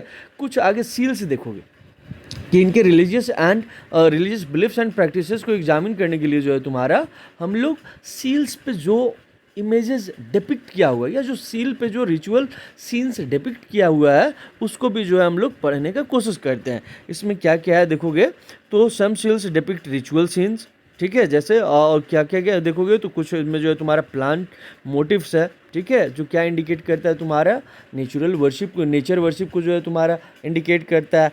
कुछ सील्स में देखोगे तुम्हारा एनिमल्स जैसे है वन हॉर्न्ड एनिमल्स, ठीक है, जिसको हम क्या बोलते हैं यूनिकॉर्न। ये जो है तुम्हारा इंडियन साइट्स में भी मिला है, ठीक है। ये देखोगे तुम्हारा कि ये कैसा है तो मिथिकल है, कॉम्पोजिट क्रिएचर है, यूनिक टू जो है तुम्हारा इंडियन है। इसी तरह का तुम्हारा देखोगे कुछ सील्स में एक फिगर मिला है, ठीक है, वो कैसा है तुम्हारा the seated cross legged in yogic positions, ठीक है, समटाइम्स सराउंडेड बाय एनिमल्स। तो इसको कई बार कहते हैं कि क्या है ये प्रोटो शिवा है। शिवा यानी जो आज लॉर्ड शिवा है उनके आसपास देखोगे नंदी बैल, ठीक है, उनके गले में सर्प, ठीक है, वो जो बहुत सारे जो एनिमल से सराउंडेड है, तो कहता है ये प्रोटो शिवा रहे होंगे, ठीक है, जो एक मेजर पुरानिक डिटीज रहे या आज के टाइम में देखोगे कि हिंदुइज्म में जो है तुम्हारा एक मेजर डिटीज रहे। इसके अलावा और हमें क्या मिला है तो कॉनिकल ऑब्जेक्ट मिला है, लिंगाज मिला है। तो क्या ये तुम्हारा चेस बोर्ड में, ठीक है, रखने वाला ऑब्जेक्ट है या फिर तुम्हारा शिवलिंग है जिसकी हम वर्शिप करते हैं। तो इन सारे ऑब्जेक्ट्स को देख करके हम क्या कहते हैं कि अनफेमिलियर अनयूजुअल ऑब्जेक्ट है जिसका कोई ना कोई रिलीजियस सिग्निफिकेंस रहा होगा। यहाँ तक तो समझ लिए हम लोग। अब आगे प्रॉब्लम कहाँ आता है तो प्रॉब्लम यहाँ आता है कि जब हम इस हड़प्पन्स का जो रिलीजियस प्रैक्टिसेस है, ठीक है, इसको जो हम रिकन्स्ट्रक्ट करने का कोशिश किए तो इस एजम्पशन पे कि जो अर्ली ट्रेडिशंस रहा है, कि जो पहले के ट्रेडिशंस रहे हैं उसी को जो है आज भी लोग कंटिन्यू करते हैं। ऐसा इसलिए कि जो हिस्टोरियंस जो है तुम्हारा देखोगे कि जब हिस्ट्री को थ्रू मटेरियल रिमेंस समझने का कोशिश करते हैं तो वो जो नोन चीज़ें हैं उससे अननोन की तरफ जाते हैं। कि अगर पॉटरी जो है तुम्हारा ये क्वेर्न है, ठीक है, अगर इसके केस में आप देखोगे, ठीक है, तो क्या है कि जो आज यूज हो रहा है पहले भी इसी यूज के लिए लाया जाता होगा, ठीक है। लेकिन जब ये रिलीजियस चीज़ें के बारे में, रिलीजियस सिंबल्स के बारे में आता है तो थोड़ा स्पेक्टेक्युलेटिव हो जाता है, थोड़ा हमें संशय हो जाता है कि क्या जिस रेफरेंस में जो ये ऑब्जेक्ट मिला है क्या सच में इसका रिलीजियस सिग्निफिकेंस रहा होगा। जैसे शिवलिंगाज, कि शिवलिंगाज आज मिला है, ठीक है, ये जो है पॉलिश स्टोन तुम्हारे देखोगे कि क्या इसको जो है तुम्हारे चेस बोर्ड में जो है रखा जाता था या फिर ये जो वही लिंगाज है, ठीक है, जिसका वर्शिप करते हैं। उसके अलावा और आगे देखोगे आप कि हम लोग प्रोटो शिवा का अगर शील देखोगे तो जब ऋग्वेदा पहला टेक्स्ट, ठीक है, रिटन रिलीजियस टेक्स्ट जिसको कंपाइल किया गया था उसमें शिवा के बारे में मेंशन किया हुआ है, ठीक है, वो गॉड रुद्र के बारे में मेंशन करता है, ठीक है, लेकिन शिवा के बारे में जो विथ देखोगे एनिमल्स के साथ वो पुरानी ट्रेडिशंस में जो है तुम्हारे देखने को मिलता है। तो क्या कि ऋग्वेद में जो है तुम्हारा शिव जी के बारे में क्या मेंशन किया हुआ है? रुद्र। रुद्र को बाद में जो है पुरानी टेक्स्ट में क्या बोला गया कि ये शिवा है, लेकिन आगे कहते हैं हिस्टोरियंस कि जो रुद्र हैं इनके बारे में ऋग्वेद में कहीं भी जो है तुम्हारा पशुपति नहीं लिखा हुआ है, ठीक है, ना ही इनको योगी के रूप में जो है डिपिक्ट किया गया है। तो यहीं पे एक क्वेश्चन अराइज होता है कि क्या जो पशुपति है वही जो है क्या है, रुद्र है या नहीं, we are not sure, but कुछ हिस्टोरियंस का ऐसा कहना है कि इनका जो रिलीजन है वो शामन रहा। शामन रिलीजन यानी शामन वो लोग, वो main and women who claim magical healing and देखोगे मैजिकल एंड हीलिंग पावर्स, ठीक है, एंड साथ ही साथ इनका ऐसा विश्वास होता है कि they have ability to communicate with other world. तो ये ही रिलीजन को लेकर के रहा है। हाँ, वी आर नॉट श्योर कि इनका एक्चुअल रिलीजियस प्रैक्टिसेस क्या है, बट एक जो एजम्पशन है वो हम लगा लिए हैं। यहीं पे थैंक यू, यहीं पे आपका bricks beads and bones the Harappan civilization ख़त्म होता है। Well made in